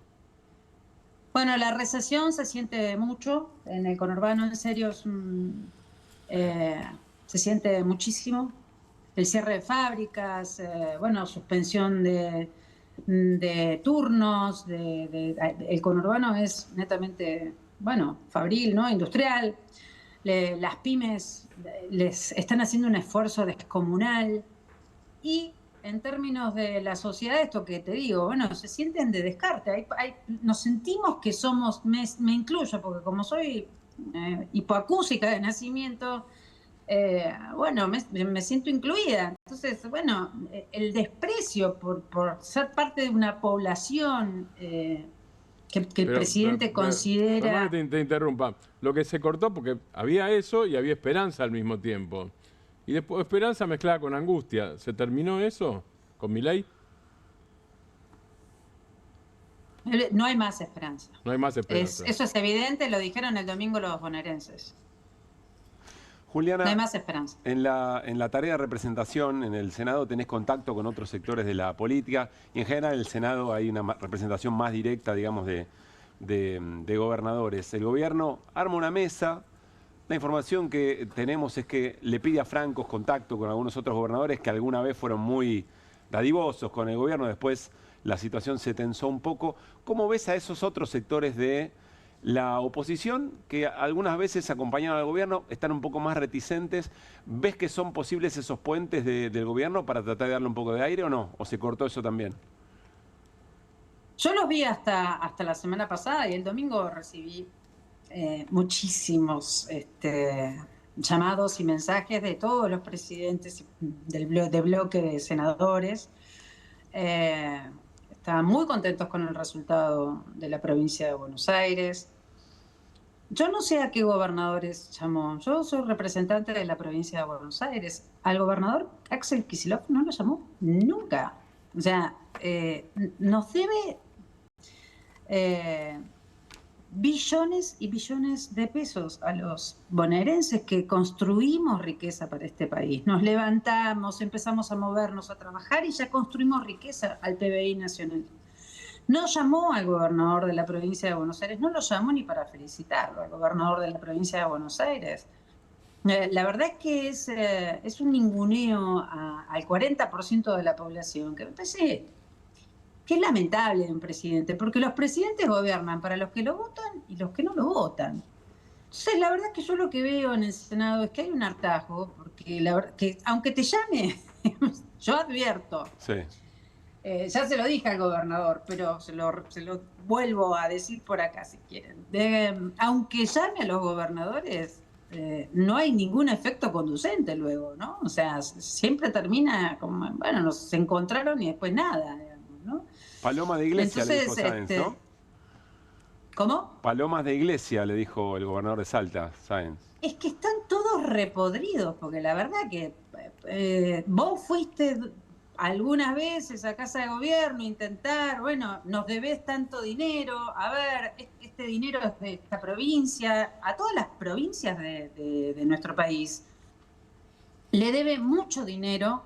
Lo que pasa es que la más castigada es la provincia de Buenos Aires, y también eso se notó el domingo. También eso se notó el domingo. Más de 8 billones de pesos nos deben. Billones, tiene 12 ceros, es una cifra gigantesca. Entonces, los problemas que podríamos resolver... Te salió mejor que Atauche. Los intendentes. Juliana, te salió mejor que Atauche la cifra. No, a mí me salen las cifras, sí, los números me salen ahí. Son tremendos. Sí, a él no le salen, pero a mí sí. Juliana, lo que sí les quiero decir es que los intendentes y las intendentas de la provincia de Buenos Aires, que son la primer ventanilla, están haciendo malabares y el gobernador está haciendo magia. Honestamente, o sea, la verdad es que lo que estamos haciendo con los recursos que nos... Bueno, los escasos recursos, porque nos están restringiendo lo que nos corresponde. Si nadie le está pidiendo dinero de más al presidente, dame lo que es nuestro. O sea, danos lo que nos corresponde. Juliana, quiero trasladarte algo que recién charlamos con Javier Timerman, analista financiero, que me parece tiene una connotación política muy importante. Él decía, el presidente construyó la imagen del gran enemigo como el kirchnerismo, eligió el lugar donde confrontar, fue y perdió. Y los mercados, dice, los inversores, etcétera, etcétera, esa entidad, esos agentes económicos, dice, no ven una alternativa al presidente. Lo que ven es que cualquier forma del peronismo es un problema. y que está muy instalada la idea de que el soviético puede llegar a gobernar si al gobierno le va mal, y que eso condiciona mucho los comportamientos, y ve en el fondo también el sentido del apoyo del Fondo Monetario. Hay un problema político que trasciende a Milei, que es cómo se reconstruye la posibilidad de la convivencia democrática, o la alternancia democrática, y agentes económicos que sean respetuosos de eso. A mí me preocupó mucho lo que dijo Timerman. A ver, dos cosas. Primero, ¿quién es el soviético? Así lo denomina Milei. Es muy peyorativo. Aquí bueno, sí. no sé, pará, es argentino. Coincido, no lo digo yo. Es argentino, lo que es te el cuento, gobernador de la provincia. Lo que te cuento déjame es decir esto, déjame decirlo, no te estoy retando. Okay. Lo que digo, lo quiero corregir. Es argentino, es el gobernador de la provincia de Buenos Aires, se llama Axel Kicillof y es peronista. Entonces, eso por un lado. ¿Les da miedo el peronismo? Bueno, miren, es constitutivo de nuestro país. La Argentina, el peronismo nunca va a morir, siempre va a existir. El mercado va a tener que convivir con el peronismo, le guste o no le guste. De hecho, convivió y le fue muy bien durante todos los años que el peronismo ejerció la primera magistratura o gobernó cualquiera de las provincias o gobierna cualquiera de las provincias que está gobernando en este momento en la Argentina. Eso de que tienen miedo, me parece que es una construcción un poco...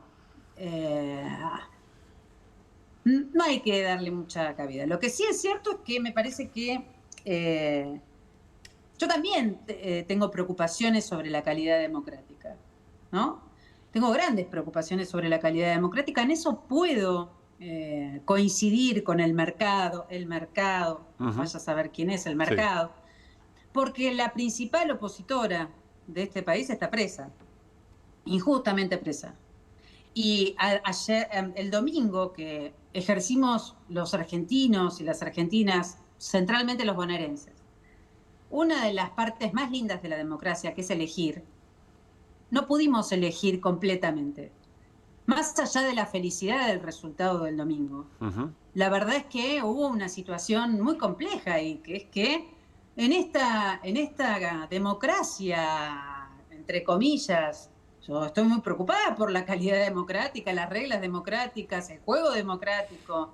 Yo ahí sí que estoy de acuerdo con el mercado. Ahí sí. Me parece que hay que volver a hablar del pacto democrático que habíamos construido los argentinos y argentinas en el 83, cuando recuperamos la democracia, que queda bastante poco de eso, ¿no? De hecho, se utilizó... si les importa, al mercado le importa la calidad democrática, se utiliza la frase del nunca más para hacer campaña y decir kirchnerismo nunca más, ¿no? Cuando estamos hablando de una de las frases más emblemáticas en términos de derechos humanos que tiene la Argentina, ¿no? Claro. Y el pacto democrático. Juliana, déjame hacerte una última pregunta. Quiero saber si lo estás viendo débil al presidente. El presidente se muestra o entiende que confirmando el rumbo, no modificando absolutamente nada, intuyo, quiere dar corregir las expectativas, ¿no? Dar fortaleza, y entonces las cosas van a ir para este lado y acomodar un poco algunas variables que le preocupan. ¿Vos lo ves fuerte o lo ves débil al presidente?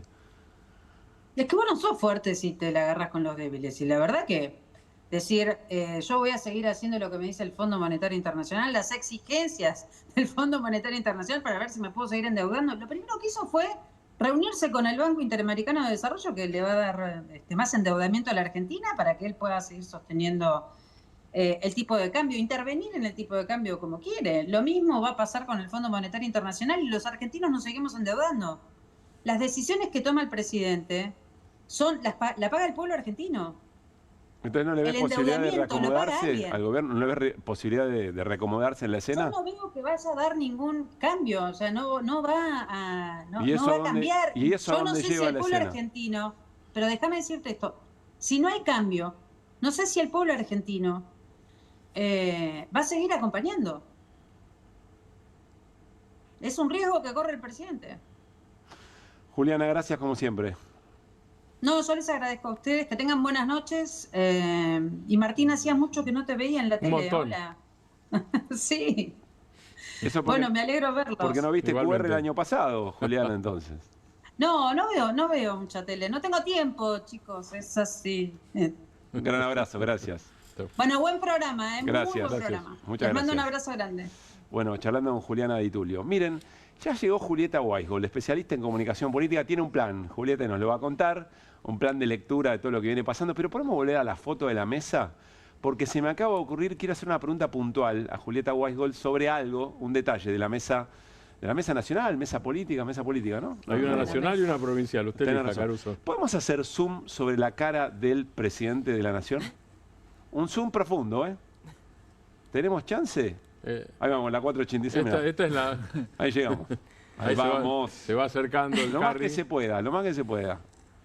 Ahí le van a dar una velocidad. No. No, ese no. Ese tampoco. Ese tampoco. Ese tampoco es el presidente. Ahí está. Ese sí. Hola Juli, ¿cómo te va? Buenas noches. ¿Qué tal? Buenas noches. ¿Qué es esto? Qué buen recibimiento, está bien. ¿Qué es esto? Déjame un segundito en la pantalla, si podemos, diré. Porque acá hay una decisión. Acá hay una decisión de esta gestualidad. Si lo pones más lejos, hay un reflejo en la mesa. Vamos a matizar un poco, es la cara que tiene el presidente, la cara que pone. Si lo ves en los actos, a mí me llama más la atención que haya mucha gente abrigada en esa reunión, además del presidente. Yo sé por qué. Claro. Me da calor. Ya te digo por qué. Claro. Porque ponen al presidente le gusta en 18 el aire acondicionado. Él ordena poner el aire bajo, es por eso. Bueno. Pero además hay otra cosa, si el zoom se corre, está pensado como para que el reflejo de él quede derecho en la mesa. Pero además. Hay cara de maligno. ¿Para qué? Hay cara de crueldad. No quiero adjetivar de tal manera que porque piensa de determinada manera. Pero objetivamente vos ves esa cara, es medio como... Tiene muchas fotos con caras pero muy ¿por qué busca ese gesto? digamos, ¿Lo analizaste alguna vez? ¿Por qué busca esa gestualidad? Yo no sé si la busca. Digamos, la tiene. O le sale. Claro, no estoy tan segura. Yo creo que es parte de lo que es el presidente. Ahí está el reflejo. Ahí que la habían puesto en la mesa. Ahí está. Reflejo simétricamente diseñado. Es parte de la imagen que proyecta Milei siempre, digamos, que proyecta y que tiene, y es lo que es. Pero busca dar miedo. Es lo que es. Ahora, me la tiró la tribuna. Recién Juliana Di Tulio dijo... No, pero te hago otra pregunta. Recién Juliana Di Tulio y Pablo también habló de la crueldad. Cara de cruel, y a veces, dicen. pero a veces para mí no busca. Es complicado pensar que tiene cara de cruel. No, te voy a hacer una pregunta política. ¿Que busca el gesto? Puede ser. Te voy a hacer una pregunta política, No sé. no psicológica. Creo que está más allá de lo que busca, inclusive. Los presidentes suelen buscar firmeza, no crueldad. Esa es mi pregunta. No buscan crueldad. Pero el presidente que tenemos ahora es un presidente muy atípico desde el día en que se presentó en la campaña. Es un presidente bastante particular. Si sos demasiado atípico cuando encima te va mal y perdés, ser atípico como outsider podría ser interesante. Y yo recuerdo haber hablado con pibes y lo que yo percibía era fascinación. Más allá de acuerdo o desacuerdo, fascinación, esa era la palabra. Era el tipo raro que fascina. Típica. Cultura fandom. Exactamente. Bueno, hoy no la veo. Bueno, hoy no la veo. Tiene hipótesis hoy Lecter. Yo retomando un poco lo que ha sucedido recientemente. No la cara del presidente. No, me imagino, van a esa reunión. Sí. Es una reunión que en principio tiene mucha expectativa porque se supone que es lo que no había y por lo que perdieron. No es una reunión menor. Claro. En términos políticos, es decir, perdimos porque no hicimos esta mesa. Claro. Y en la mesa, ¿qué pone? Si ustedes me corren, dice, yo te diría, pone la cara que ponía antes. Es la reafirmación, no quiero hilar fino estérilmente. No, pero es así. Pero digo, si tuiteo que voy a hacer siempre lo mismo porque eso no estaba mal, te pongo la misma cara. Porque soy el mismo, ahora armé esta mesa. No te hago cara de bueno, decís vos. Solo no tiene por qué cambiar, porque si esa cara, y yo creo que en buena medida es así, Milei la utiliza para reflejar que él es implacable en lo cambiario, en lo monetario, en lo fiscal y la motosierra. Bueno, no, está bien. Es una reafirmación de eso. Y lo saco a Lule Menem, que están desconocidos en Wall Street y por la calle como pareja. Porque la única novedad de esa foto es que no está Lule. Sí. Nada más. Siguiendo con lo que dice Hernán. Solo la aclaración para no darle muchas más vueltas al asunto. Mi pregunta no era por la cara de hoy, porque es cierto que dice Julieta, siempre fue así. Quizás una pregunta debería haber hecho públicamente el día 2, pero ¿por qué tenemos un presidente que, para dar firmeza, como vos decís, pone cara de malo, pone cara de endemoniado? Yo insisto en que no sé si la pone, digamos, me estás haciendo quedar como Lambrosiano. No, en todo caso, yo no me hago cargo. No fui yo. Muy bien, bueno. Listo, retienen mi acotación. Bueno, tenemos un plan. Pero perdón, con la cara hay una acotación para hacer, que es la gente. Yo insisto con eso. Digo, la percepción pasó a ser diferente. La pregunta es cuán diferente y por qué pasó a ser. Bueno, está cambiando, pero está cambiando por la crisis, digamos, por la crisis que viene trayendo hace unos meses, de la que venimos hablando, hace por lo menos 2 meses, con el escándalo se acentuó, con la elección más, y ahora vamos a hablar de qué pasó después de la elección. Crisis sin esperanza. Crisis política del gobierno también. Claro, sí. Por eso, sin esperanza. Y eso genera un cisma también en la posibilidad de proyectar hacia adelante. Claro. ¿no? De la gente. Bueno, nos propusimos con Julieta analizar la comunicación de lo que empezó a pasar después. ¿Y por dónde arrancamos, Juli? Bueno, un poco por el principio, algunas variables, ya se habló muchísimo de análisis, se sobreanalizó la elección, pero algunas variables que quiero como dejar en claro, bueno, sí, ganó el peronismo, una excelente elección, perdió el gobierno nacional, o una elección, digamos, que lo deja en un terreno muy complicado, pero señalar algunas cuestiones que me parecen importantes a la hora de pensar cómo ganó el peronismo, ¿no? Y en qué terreno quedó esta elección jugada, ¿no? Desmenuzar algunos datos que estuvieron circulando por ahí. Primero el tema del ausentismo, del que se habló mucho. Y si bien es cierto que, digamos, en porcentaje de ausentismo, de presentismo, esta elección fue mejor, mucho mejor que el promedio de las elecciones provinciales que se vienen dando, digamos, en el año, también es cierto que para las elecciones de la provincia de Buenos Aires fue la elección con menor nivel de participación desde la vuelta de la democracia. ¿Sí? Algo para tener en cuenta desde el punto de vista político también. Digo, hay algo ahí que no está solucionado. ¿Sí? Que fue menor la participación que en las PASO de 2021 salía de la pandemia. ¿Sí? Entonces... Y uno podría decir, bueno, elecciones que no se sabía bien para qué eran, porque eran legislativas provinciales, empezamos a conocer roles y nombres propios que nunca conocíamos, pero la verdad que se nacionalizó bastante. Había pleno conocimiento de la elección. Podría decir otra cosa también. Ahora, los desencantados de Milei no fueron a votar. Bueno, pero me estás adelantando. Spoiler. Ahora voy a ir ahí. O sea, no hay problema con la política, sino un desacuerdo con el gobierno. Bueno, en ese caso. Sí, está bien, pero hay un ruido que todavía sigue estando, a pesar de que, y esto ya se veía en las encuestas, después del escándalo, sobre todo, empezó a pasar que se empezó a ver que los más movilizados, los que tenían más ganas de ir a votar, eran los que iban a votar en contra del gobierno. Claro.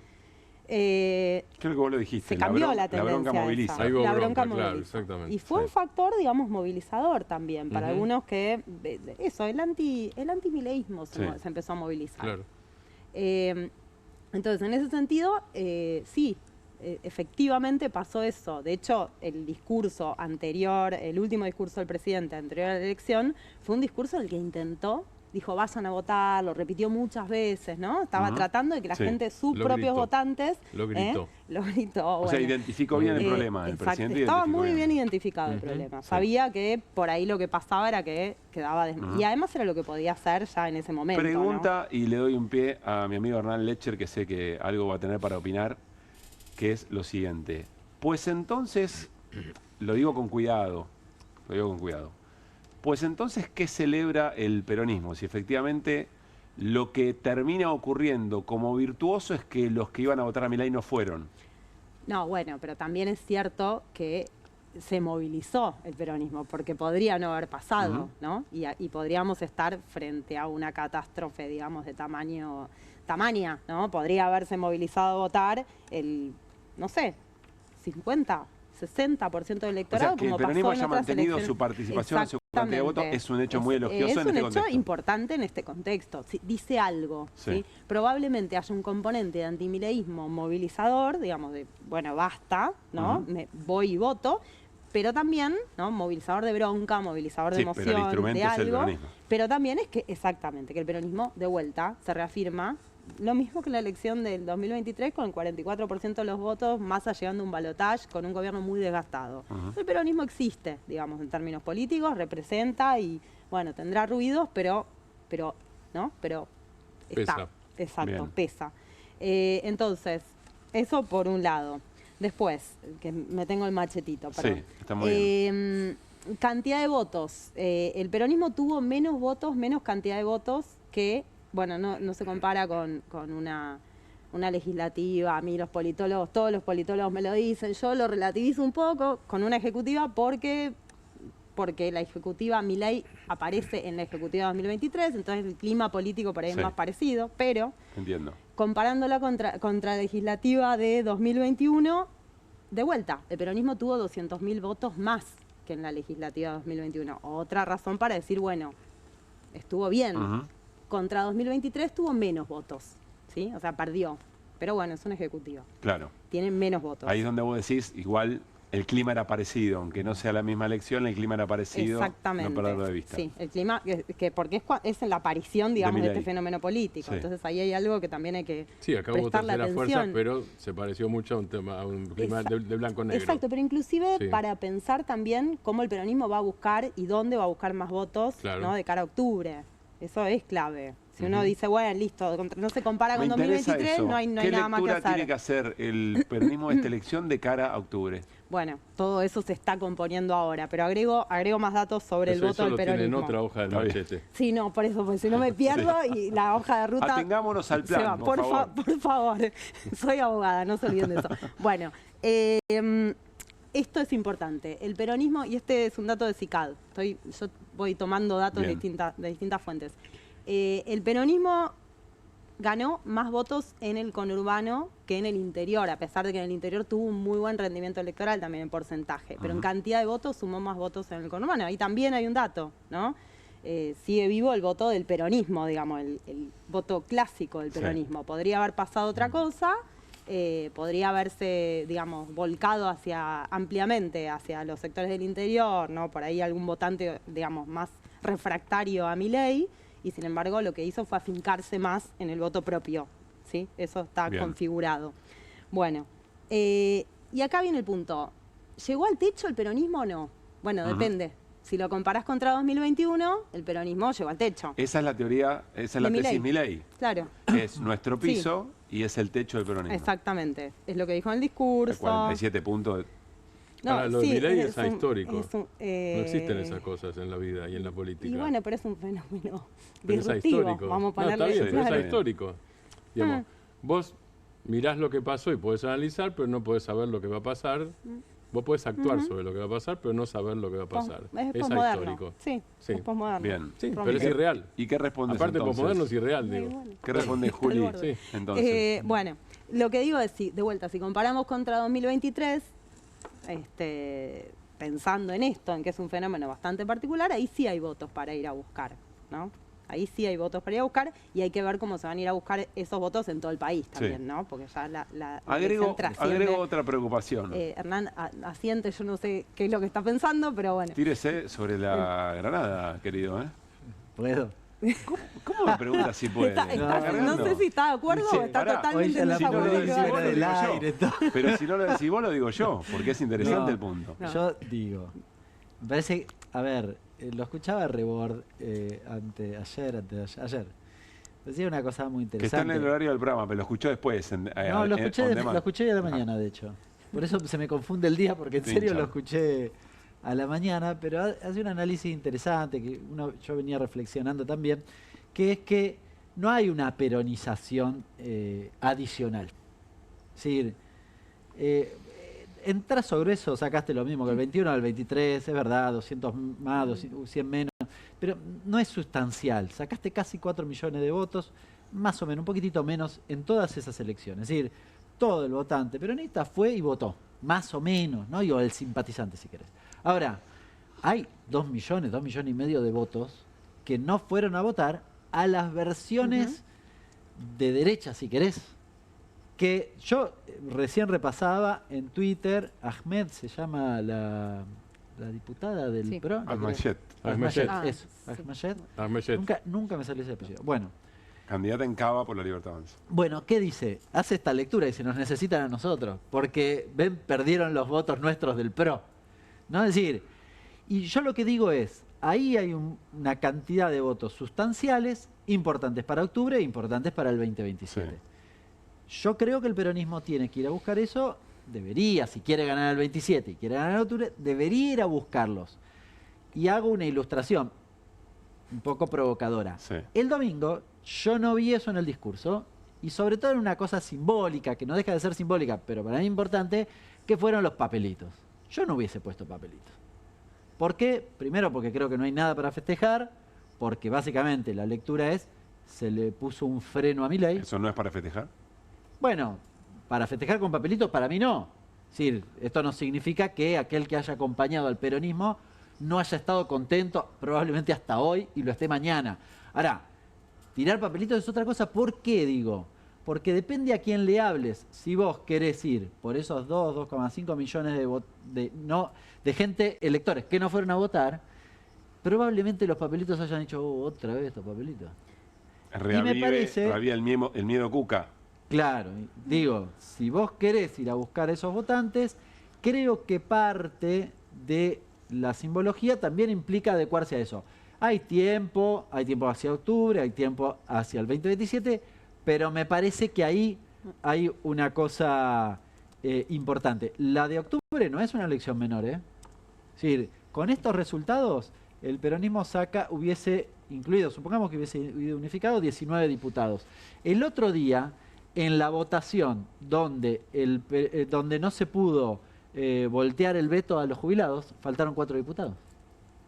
Es eso, ¿eh? Sí, y si sacás 15, no es lo mismo que 19. Todos saben eso, de hecho el gobierno está muy preocupado por eso. Doctora, ¿qué opina sobre el tema? Yo creo que hay que profundizar sobre qué está hecho, que eso lo vamos a ir viendo también desgranando con el tiempo, analizando transferencia de votos, con las encuestas que vengan y demás. Pero lo que hay que ver es de qué está hecho ese ausentismo, ¿no? Sí, obviamente coincido, digo que no es ausentismo del voto, lo que venimos diciendo, sí, en parte, pero hay que ver si es voto del PRO mayoritariamente o voto de Milei, ¿no? Claro. Eso es clave también, porque no es lo mismo una composición de votante de clase media o media baja que un votante de clase media alta universitario que está indignado con los modos de Milei, porque eso también y eso es más parecido a la experiencia de Estados Unidos, que está en un flor de brete. Yo lo digo siempre eso, pero porque está en un brete de representación el Partido Demócrata, digamos, se metió con Biden ahí por el camino del centro y no pudo construir un liderazgo, claro, y sigue en ese problema. Como dijo Bernie Sanders, perdimos los sindicatos y los obreros y los trabajadores. Exacto, claro. Sí, exacto. Sí, bien. Entonces puede ser un problema también, ¿no? En ese sentido. Por eso insisto, por ahora el peronismo está reforzándose en su propia base. Yo creo que el discurso de Axel fue un discurso bastante medido. Ahora, de hecho, si querés vemos lo de los discursos, lo de los tweets de los, que no sé si está la placa, pero sí, la tenemos seguro. Los tweets de los gobernadores y eso, que fue un poco en diálogo con eso. Habló de federalismo, hizo guiños, habló de apertura, ¿no? Y ahí vuelvo a retomar esto a quién le habla, ¿no? ¿Qué es la apertura al centro? Porque de vuelta, si comparamos con las elecciones ejecutivas de 2023 y la elección de 2019, donde hubo mayor porcentaje, vamos a la de 2023 porque si no ya me estoy yendo un montón, que hubo mayor porcentaje de voto, son elecciones más centristas, ¿no? Un poco más moderadas de algún modo. Y acá quiero retomar a un cientista de datos de Estados Unidos que se llama David Shor, que dice que el votante moderado no existe, que el votante moderado es una persona que tiene contradicciones, que te puede decir dos cosas muy diferentes, ¿no? De posicionamientos políticos e ideológicos diferentes. Y no se trata de representarlo moderadamente o seriamente, ¿no? Va a ser muy interesante. Se trata de captarlo. Sí, y hay que ver por dónde. Por lo que dice Julieta, por lo que suma Hernán, va a ser muy interesante ver cómo se dan las estrategias hacia octubre. Nos falta tanto en ese sentido, calculo que lo vamos a ver. Decía Julieta, vamos a las placas. El discurso de Kicillof fue un discurso que buscó conectar en términos federales. Uno recuerda las visitas que había hecho Axel Kicillof en su momento con Puyaro, si no me equivoco, también con Ignacio Torres, con Puyaro, con Nacho Santa Fe y Chubut, tratando de construir eso. Y miren a lo que le llamó la atención a Julieta Weigel, es un trabajo de Raúl Timerman, de La Sastrería, que lo que hizo fue registrar los mensajes de los gobernadores después de la elección. Decinos vos, Juli, ¿cuál te llama la atención? Bueno, ¿cuál querés reparar? A ver, esos son, hay algunos gobernadores, digamos, la nueva línea de gobernadores del centro, que no son estos, son los otros, es la próxima página, creo. Vamos ahí. Pero bueno, estos son los gobernadores que están por afuera, todos tienen, no sé, todos hablaron de producción. Jalil marca, por ejemplo, me llamó la atención, marca mucho la posición de la propia provincia, ¿no? Algunos es como, bueno, encuentran por ahí el momento de tratar de entrar a negociar con el gobierno. Quintela con un discurso bastante alineado al gobernador de la provincia, ¿no? Poner freno a las políticas crueles de Milei, o bueno, alineado, digamos, claramente en contra, ¿no? Silioto también. Del gobierno, Silioto también, Melella también. Vimos gobernadores peronistas, ahí vamos a la otra. Los de Provincias Unidas faltan. Claro, vimos gobernadores peronistas, más allá de lo que hizo Hall, de lo que hizo Sáenz, etcétera. Vamos a lo de gobernadores de Provincias Unidas, que ahí es donde encontró algo Julieta Guaido que me parece va a ser interesante para compartir. A ver si viene. A ver si está. El gobernador Caruso es ese. Ahí está. Ahí está. Gustavo Valdés. Bueno, ahí hay un par, o sea, lo que se ve con claridad de esta línea de gobernadores, todos hablan de producción, trabajo, la palabra sentido común, se nota que están alineados discursivamente, ¿no? Que hubo alguna bajada ahí, de hecho, se nota tanto que Claudio Vidal tiene el mismo discurso, tiene el mismo tuit que Yarlora, el mismo. ¿Puedo decir que anduvo Guillermo Seita dando vueltas por allí? No, bueno, no sé quién es el consultor. El futuro es con producción, trabajo y sentido común, ¿no? Esa es la frase que la palabra sentido común, que es una palabra que está usando Provincias Unidas. Pero mirá abajo Puyaro, es distinto el mensaje, dejemos atrás el pasado, etcétera. El futuro es con producción, trabajo y transparencia, el futuro es con sentido común. Vuelve a aparecer la idea del sentido común. Y Schiaretti también, pero porque necesita posicionarse de algún modo en la provincia, digamos, necesita cambiar un poco su posicionamiento en Córdoba, ¿no? También porque está Natalia de la Sota marcándole el paso. Tiene que distinguirse un poco. Sí, no, y tiene que ir un poquito más, claro, más pero a fondo. También, mirá. Sí, el futuro es con producción, trabajo y sentido común. Claro, pero Schiaretti repite sueldos que alcancen y salario digno, claro. Es exactamente el mismo tuit. Sí. Bueno, Nacho Torres se sale también de ese libreto, habla de agresiones, insultos, ¿no? Sair, sentido común, trabajo, producción, de nuevo. Sentido común, trabajo, producción, ¿no? Aparece la misma idea. ¿Y qué lees entonces acá? ¿Qué están buscando? ¿Cómo se están construyendo? Bueno, es un espacio que está tratando de aglutinarse, digamos, de mantenerse aglutinado. No sabemos muy bien si para hacer scrum frente a Milei, porque surge como eso. El punto es qué fuerza, ¿no? Puede llegar a tener un espacio que no tenga un liderazgo para empezar, ¿no? A hablar, digamos. Cualquier vocación, en ese sentido, Kicillof marca una vocación, digamos, hace mucho de ser ahí hay uno que quiere. Candidato. Ahí hay uno que quiere. ¿Cuál de todos? Schiaretti. Sí, pero quieren todos, pero todavía no lo manifiesta. Hay más de que es probable, exactamente, yo creo lo mismo. Hay más de uno. Ya fue candidato a presidente, te quiero decir, claro. Sí, pero no hablan, es verdad, es cierto, pero no lo dicen, ¿no? Quizás están viendo distintos escenarios, o la posibilidad de distintos escenarios, y depende del escenario. ¿Qué tan pronto, qué tan tarde? Alguno se fríe la mano. Puyaro quiere reelegir, pero Néstor Kirchner quería ser presidente en el 2007 y en un momento vio que podía ser en el 2003. Claro. O sea, Puyaro quiere reelegir, pero si se le presenta la oportunidad, yo quiero ser candidato a presidente. Va a ser así. No, pregunto, pienso por ejemplo en Valdés, que estuvo a 3 minutos de ir hace menos de un mes con la Libertad Avanza. Y más de uno, digamos, además de haber votado de más cuestiones. Yo digo, tuitean esto, que es solo un posicionamiento político, porque están viendo que digamos una revisión de lo que venían diciendo, ahora hay que decir esto otro. ¿Cómo se acomoda eso de cara a sus propios votantes? Y lo pienso en clave de octubre, sobre todo. ¿Cambia algo o no cambia? Es una muy buena pregunta. Yo creo que va a depender eso del posicionamiento del gobernador hacia casi el provincialismo, ¿no? Cuán fuerte esté, para responder eso, cuán fuerte esté cada uno de esos gobernadores en su provincia, la posibilidad de cambiar o no de discurso en relación a lo nacional, ¿no? Si está fuerte porque sostiene la provincia, pues pasa, con las provincias pasa, viste que el comportamiento electoral en las provincias, como pasa también en los municipios muchas veces, digamos, van en un sentido y la provincia de Buenos Aires es más compleja, pero otras provincias pero eso sería una novedad, tienden a ir en sentidos diferentes a lo nacional. Elecciones nacionales, las próximas, pues son nacionales, donde los gobernadores se van a meter. Es decir, en Córdoba le van a disputar a Milei, donde sacó ¿cuánto Milei? 70% o 77, no me acuerdo cuánto era, ¿no? Sí. 77 creo que fue en el 2023. Y ahora lo tiene Schiaretti hablando, digamos, manifestándose en una posición contraria. Lo del resultado de la provincia de Buenos Aires, lo digo para el común de la gente, ¿puede tener un efecto, puede cambiar al votante de Corrientes? ¿Puede mirar y decir, uy, sí, ahora quizás soy más crítico? A ver, yo no creo... Bueno, todos salieron a responder, todos salieron a decir algo sobre la elección. No lo hablo del gobernador, lo hablo de la gente. Sí, está bien. ¿No? El título de esta columna era Todo en su medida y armoniosamente. Como que nunca lo dijimos, que lo dijimos al final. Claro, lo dije al final, pero bueno, no importa. Pero porque creo que responde a eso, ¿no? Es como, no hay que desayunarse el postre, en el sentido de, yo creo que este es un espaldarazo, digamos, para Kicillof como figura dentro del peronismo, claramente, ¿no? Y es una caminata que tiene que seguir. Eso es así. Y es un desafío. Ahora, que eso puede haber encendido luces, digamos, ¿no? De, bueno, está pasando algo, ¿no? En una elección que no venía siendo nacional y que se le nacionalizó al gobierno, porque un poco lo que pasó fue eso. Quiso nacionalizarla y no llegó, se le nacionalizó, digamos, con el escándalo.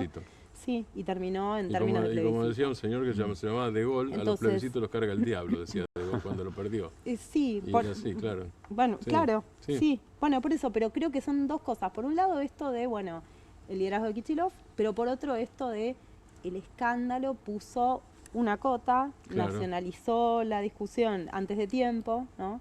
Y bueno, y está sobre todo dejando un gobierno en medio de una crisis política muy fuerte sin volver a retomar del todo el control. ¿Así lo ves hoy, en las horas posteriores? Yo lo sigo viendo en el mismo sentido, ¿no? De hecho, el discurso de Milei de la elección fue un discurso muy corto, en el que no pudo sostener ni siquiera un hilo narrativo, ¿no? Fue un discurso en el que intentó decir, bueno, el aparato del peronismo, pero lo dejó tirado, ¿no? O sea, es como... Hoy lo volvieron a decir. No pudo enlazar un hilo narrativo. La mesa de la Libertad Avanza de la provincia de Buenos Aires dijo como gran conclusión autocrítica: subestimamos el aparato del peronismo, que es una estupidez, digo, porque nos ganaron. Es decir, sí, hacemos autocrítica porque nos ganaron. Y por eso. Eso no es una autocrítica, no es un análisis, digo. No, eso no es un análisis crítico. Bueno, está bien escucharlo, pero ¿cómo lo escuchás? ¿No? Ese es el punto. ¿Qué haces con eso? Porque ni siquiera fue como una crítica, ni siquiera fue despreciativa hacia el aparato. Pareció, por lo menos la sensación que yo tengo, pareció ser casi honesta intelectualmente, es decir, no lo vimos, mirá qué mal que estuvimos. Ahora, es como los mercados famosos cuando dicen el peronismo existe, ok, y es malo, sí, pero existe. ¿Qué haces? Es más o menos eso. Julieta, gracias como siempre. Gracias a ustedes. Bueno, nos vamos a ir a una tanda. De tanto en tanto desayunarse el postre es una cosa extraordinaria. Es una frase que hay que discutir, ¿no? Yo igual no sé, Desayunar te como a la mañana. Sí, yo también. Desayunar el postre. Tanto, no, primero hay que comer. Puedes desayunar. Tampoco es todos los días, pizza, ¿no? Nos vamos a la tanda y al regresar, atención, datos económicos del día y de la semana con Hernán Lecher. Y vamos a hablar de política, del escenario internacional con Martín Granowski, porque fueron jornadas muy intensas. Nosotros estamos muy metidos acá en la lógica local, pero cayó el gobierno de Francia, cayó el gobierno de Japón, cayó el gobierno de Nepal, de eso vamos a hablar, y Israel atacó Qatar. Bueno, la escena internacional está muy en tensión, lo repasamos con Martín después de la tanda.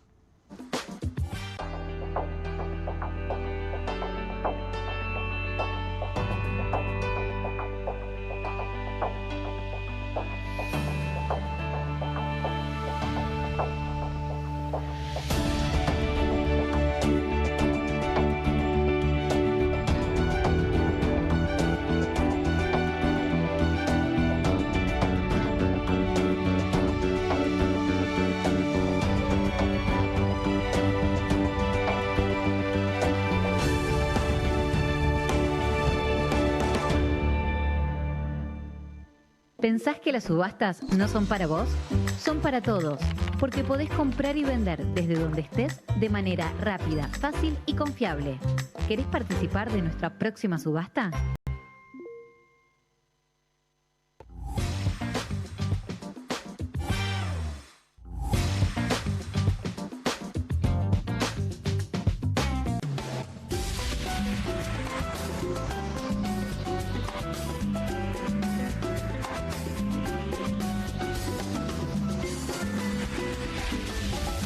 ¿Necesitas llegar tranquilo a fin de mes? Tené un préstamo 100% online con WeCred. Te damos un préstamo personal de hasta 400.000 pesos. Acreditación por CBU dentro de las 48 horas. Mínimos requisitos.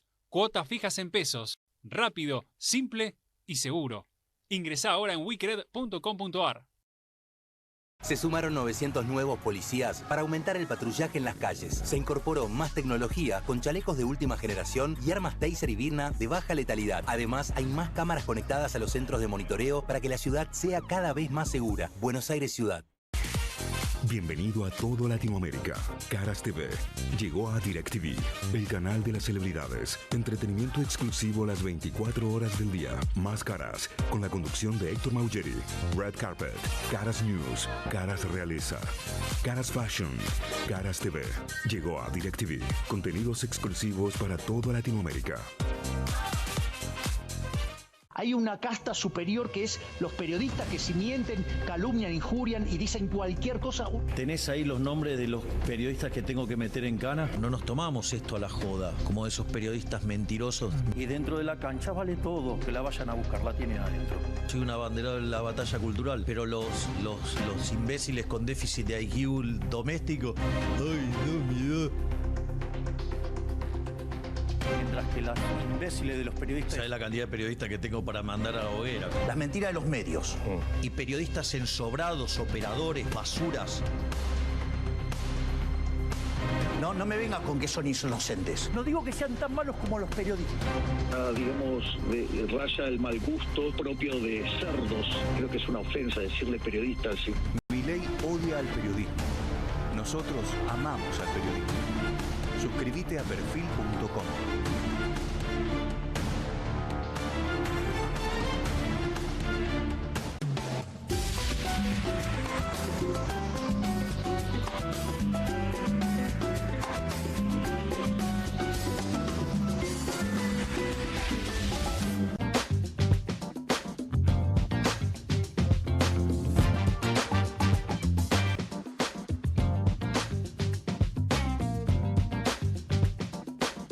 Muy bien, seguimos en QR. Algunos datos económicos que le llamaron la atención a Hernán Lecher. ¿Cuáles son, Hernán?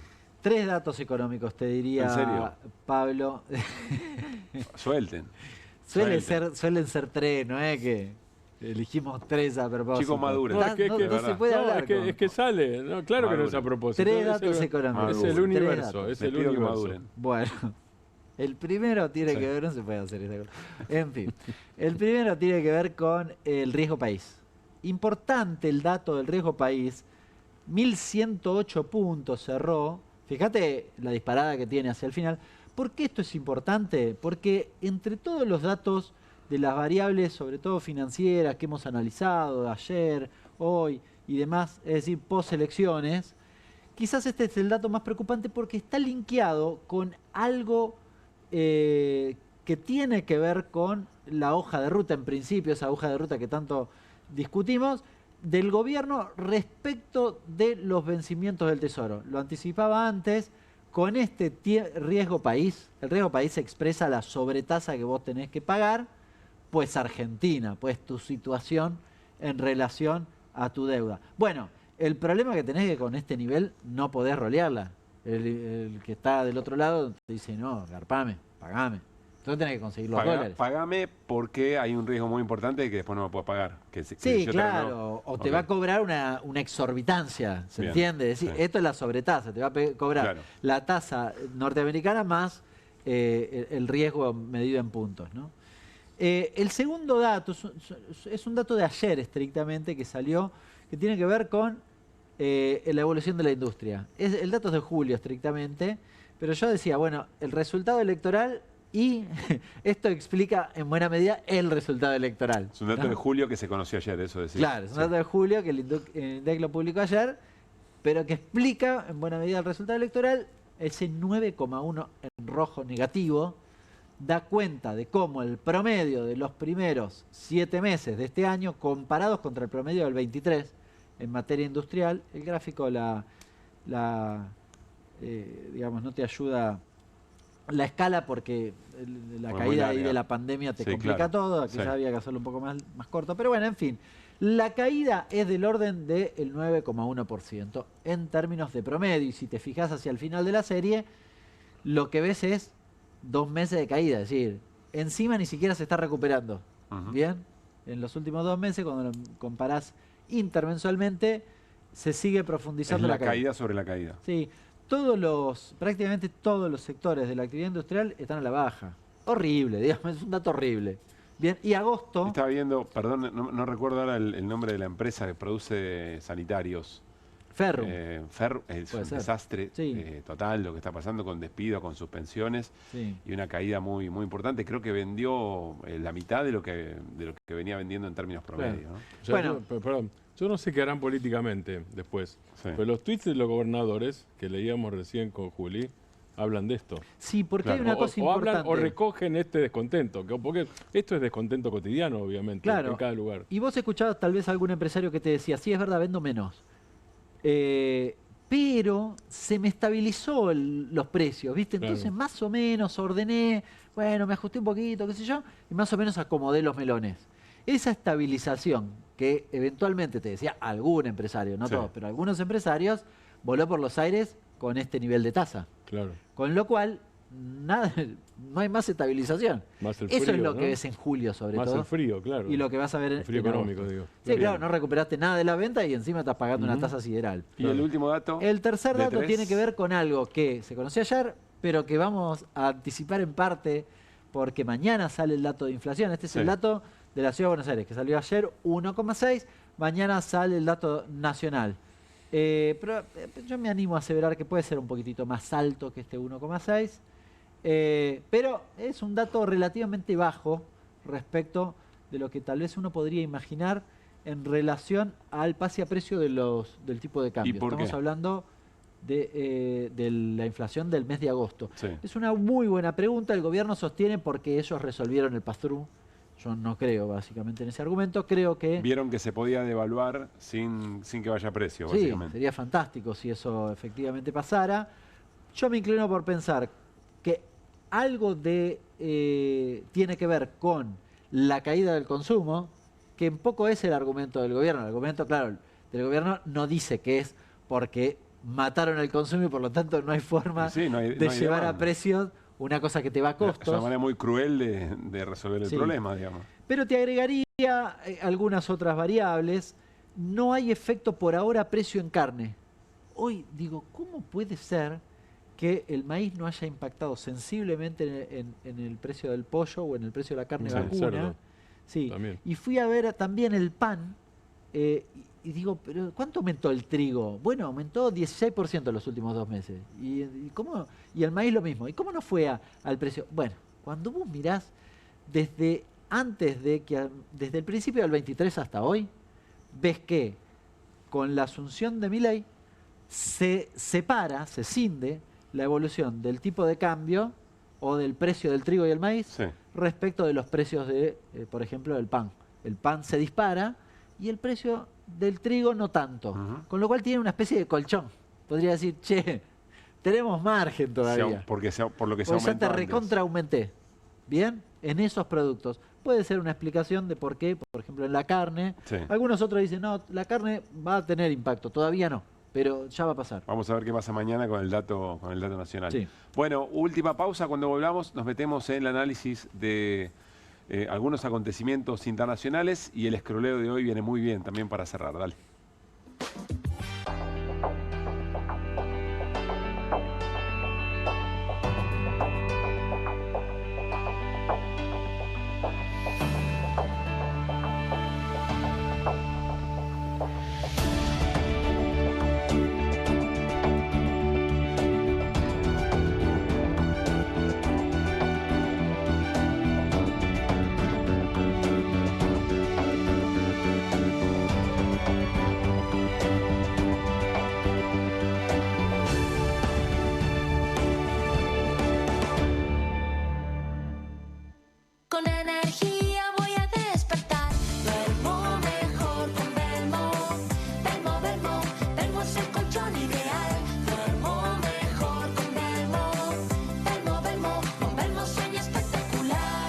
En Pilar contamos con Mimuni, nuestra herramienta digital de atención ciudadana para solicitar turnos, realizar trámites y gestionar reclamos de manera ágil y cercana. Descárgate la app o chatea con nosotros por WhatsApp a través de 11 52 38 68 64. Las 24 horas del día. También podés acercarte a cualquiera de nuestros puntos Muni de lunes a viernes de 8 a 18 horas y los sábados de 9 a 15 horas. En Pilar seguimos acercando el Estado a todos y todas las pilarenses. Pilar presente con futuro.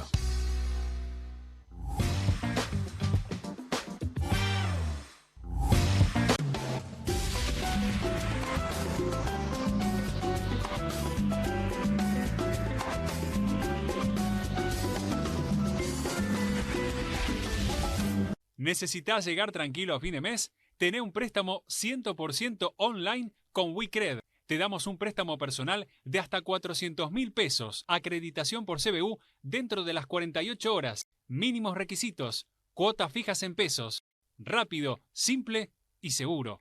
Ingresá ahora en wecred.com.ar.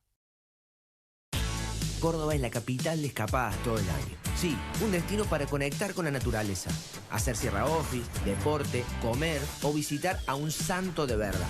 Un lugar preparado para que puedas disfrutar todo el año. Vení a Córdoba, disfruta más fácil. Bienvenido a todo Latinoamérica. Caras TV llegó a DirecTV, el canal de las celebridades. Entretenimiento exclusivo las 24 horas del día. Más Caras, con la conducción de Héctor Maugeri. Red Carpet, Caras News, Caras Realeza, Caras Fashion, Caras TV. Llegó a DirecTV. Contenidos exclusivos para toda Latinoamérica.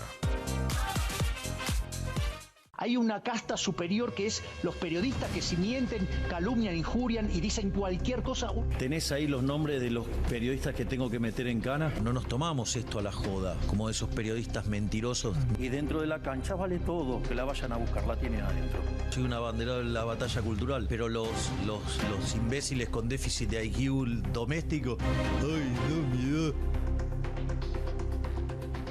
Mientras que los imbéciles de los periodistas... ¿Sabes la cantidad de periodistas que tengo para mandar a la hoguera? Las mentiras de los medios. Y periodistas ensobrados, operadores, basuras. No me vengas con que son inocentes. No digo que sean tan malos como los periodistas.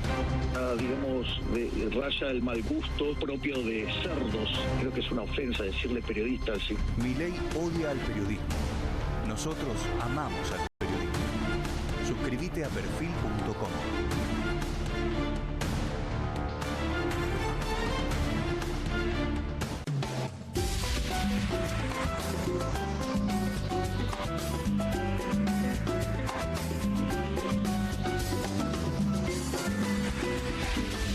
Entender un poco mejor lo que nos pasa también. ¿Qué es lo que pasó o está pasando en Nepal, Martín?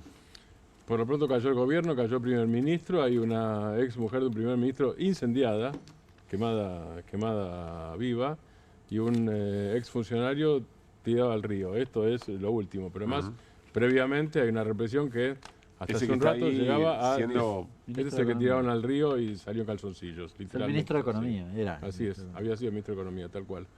Antes había habido, ahí dice muertos, la última cifra, debería actualizarla, pero la última cifra que yo vi cuando empezamos el programa es, ahí estoy mirando, actualizada. 22 muertos, dice la BBC, que tengo aquí delante, 22 muertos antes, esto es por las protestas. ¿Por qué fueron las protestas? Después uno podría hilar más fino y pensar si es conspiración o no es conspiración, yo no lo sé, no lo tengo claro, con los días uno podrá ir viendo. ¿Por qué fueron las protestas? Porque el gobierno de Nepal, a ver, ubiquemos en 2 segundos. Perdón, entiendo que esa imagen que estamos viendo ahí es una de las empresas de comunicación más importantes de Eso de iba, Nepal. Exactamente. Una de las cosas que el gobierno hizo fue regular, sobre todo lo que tiene que ver con empresas de telecomunicaciones y redes sociales. Regular a la China, lo que pasa es que Nepal no es China, vamos a poner esos términos, no voy a explicar. ¿Qué es Nepal? Digo, porque por ahí nadie ubica dónde está. Nepal es el Himalaya, cosas que en la Argentina se conocen. Nepal es el Himalaya, Nepal es el Everest, Nepal son los Gurkhas son de Nepal, los que integraron los ejércitos británicos, inclusive en la guerra de Malvinas. Nepal tiene buenas relaciones con China y con la India. Y esto podría llegar, de hecho, esto altera... Casi en el medio, digamos. Exactamente, esto altera, es un nudo chiquitito, pero esto altera, no desequilibra totalmente. Vamos a poner otros términos. Esto es un problema en términos regionales. Es como para que China y la India, que son integrantes de los BRICS, piensen, che, ¿qué está pasando acá adentro? Piensen, averigüen y se metan, digo, es así. Y al mismo tiempo, yo no estoy diciendo que los estudiantes, porque es generación Z la que salió a protestar básicamente, digo, los nacidos en la era digital, no los pre, los que salen a protestar pidiendo libertades en ese sentido. Tiene alguna relación con el comienzo, no con el final de la primavera árabe, si uno mira solamente eso. Digo, son rebeliones parecidas. Ahora, la primavera árabe termina después en un aumento del fundamentalismo, por ejemplo. Por eso yo de acá no hablo de futuro, hablo de lo que está pasando. Sí. Ahí está. Nepal, las redes y la violencia, dice el Graf. Caída del gobierno. El gobierno era una coalición de un partido de centroizquierda, el Partido del Congreso, parecido a como se llama el partido gobernante en la India, y el Partido Comunista de orientación maoísta, con lo que podría ser el maoísmo hoy, que no es el maoísmo de la época de Mao ni el de la revolución del 49 en China. Esto es fenómeno abierto. Caída del primer ministro, no está claro hasta donde estoy viendo. Sí, resignó. Sharma Oli es el primer ministro, renunció. Esto es Nepal. Recordemos, yo fijo esto, no tenemos en el mapa y lo podemos traer en los próximos programas. Nepal, punto clave, donde está la India y donde está China. Digamos, los dos integrantes de los BRICS. Eso es Nepal. Qatar. Qatar fue bombardeado hoy por la Fuerza de Defensa israelí. ¿Qué es Qatar en el Medio Oriente? Yo lo voy a poner en política argentina. Qatar es Sergio Massa. El país es el Sergio Massa del Medio Oriente. Sergio Massa es el software. Sergio Massa es el software de la alianza. Es decir, tienen quilombo, Caruso y Hernán, yo los junto, arreglo los quilombos, me llevo bien, después negocio. Sí. Lo estoy diciendo bien, estoy haciendo una descripción. Sí. Eso es Qatar en el Medio Oriente. Qatar no tiene relaciones oficiales con Israel, pero tiene buenas relaciones con Israel. Qatar tiene excelentes relaciones con los Estados Unidos. Bueno, Qatar fuese del Mundial, digo. O sea, no estamos hablando de un país que es la mitad de Tucumán y es una potencia petrolera, que está además en un lugar estratégico del Golfo Pérsico. Digo, eso es Qatar. Sí. Son los grandes productores de petróleo, pero además Qatar se jacta, los emires de Qatar se jactan, yo lo llamo software, pero de esa plasticidad en el Medio Oriente. Y en Qatar se estaban desarrollando las reuniones entre israelíes y dirigentes de Hamas. Y lo que hicieron los israelíes, teniendo buena relación, insisto, con Qatar, es disparar y matar a los negociadores de Hamas que estaban en negociaciones por el tema de los rehenes y por un eventual cese de fuego. Acá no es conspiración, porque no hace falta tener teoría conspirativa para interpretar a Netanyahu, porque viene haciendo siempre lo mismo. Incluso con el reproche de Estados Unidos está... Exactamente, sí, porque además Estados Unidos tiene una relación estrechísima con Qatar. Estrechísima. Entonces, ¿qué hace Netanyahu con esto? Netanyahu hace lo mismo que hace siempre, que es dinamitar cualquier tipo de acuerdo. Y acá es dinamitar, hacer explotar literalmente. Claro. Esa es la práctica. Esa es la práctica desde que asumió. Netanyahu no se va porque hace eso. Y el día que Netanyahu se vaya, automáticamente va a la cárcel. Ese es el otro elemento de política interna israelí. Pero además es el sexto país árabe que ataca. O el sexto país musulmán, porque Irán no es árabe. Digamos que es el sexto país musulmán que ataca. Cuando está pendiente todavía el tema del posible desarrollo nuclear iraní hasta llegar a fabricar la bomba atómica, que todavía no tiene. Pero algunos dicen que eso podría ser un tema de meses, con lo cual el escenario de un recrudecimiento de ataques mutuos en Medio Oriente entre esas que son dos potencias importantes, ya no son los cataríes, vuelve a ser un peligro cada vez más. Es decir, tiene posibilidad esto de seguir escalando, digamos. Sí, totalmente. Pero además la política de Netanyahu es escalar y escalar y escalar. Es permanentemente eso, es dinamitar cualquier tipo de acuerdo, es barrer Gaza. Digamos, los propios, hasta ahora los israelíes de izquierda hablaban ya los israelíes de izquierda empezaron a hablar de masacre. Hoy hablan de genocidio. Los que eran simplemente lo digo, no es poco ser pacifista en el Medio Oriente, pero los israelíes pacifistas están hablando de genocidio y aquí lo comentamos, David Grossman, el mayor escritor israelí, candidato permanente al premio Nobel, dijo, me duele, que había discutido con Saramago por este tema. Saramago me decía hace años que era genocidio. Yo decía que no. Me duele reconocer que el Estado de Israel está cometiendo genocidio. Eso es el estado de ánimo en una parte de la sociedad israelí, además de todo. Gracias, Martín. Bueno, vamos cerrando la noche con nuestros escroleos. Servicio a la comunidad, digamos, ¿no? Para soltar las pantallas antes del cierre de la noche. ¿Con qué arrancamos? Ah, muy bien, miren, vamos. Esto están reflexionando en un canal de stream libertario y nos parece que están tan cerca de la meta, tan cerca de darse cuenta de algo, decir eureka, que nos dio mucho vértigo, nos dio mucha ansiedad. A ver si lo lograban en la repetición. Escuchen. A ver, hay un problema. Hay un problema. Yo quiero que se entienda esto. Me parece perfecto que empecemos a hablar de nuestras propias contradicciones que se ven a raíz, que esto se ven a raíz de los resultados, porque no tenés manera de saber esto hasta que no hay resultados, ¿ok? Si nosotros sostenemos que bajamos la pobreza, ¿cómo puede ser que el sector más pobre de la sociedad no nos acompañó?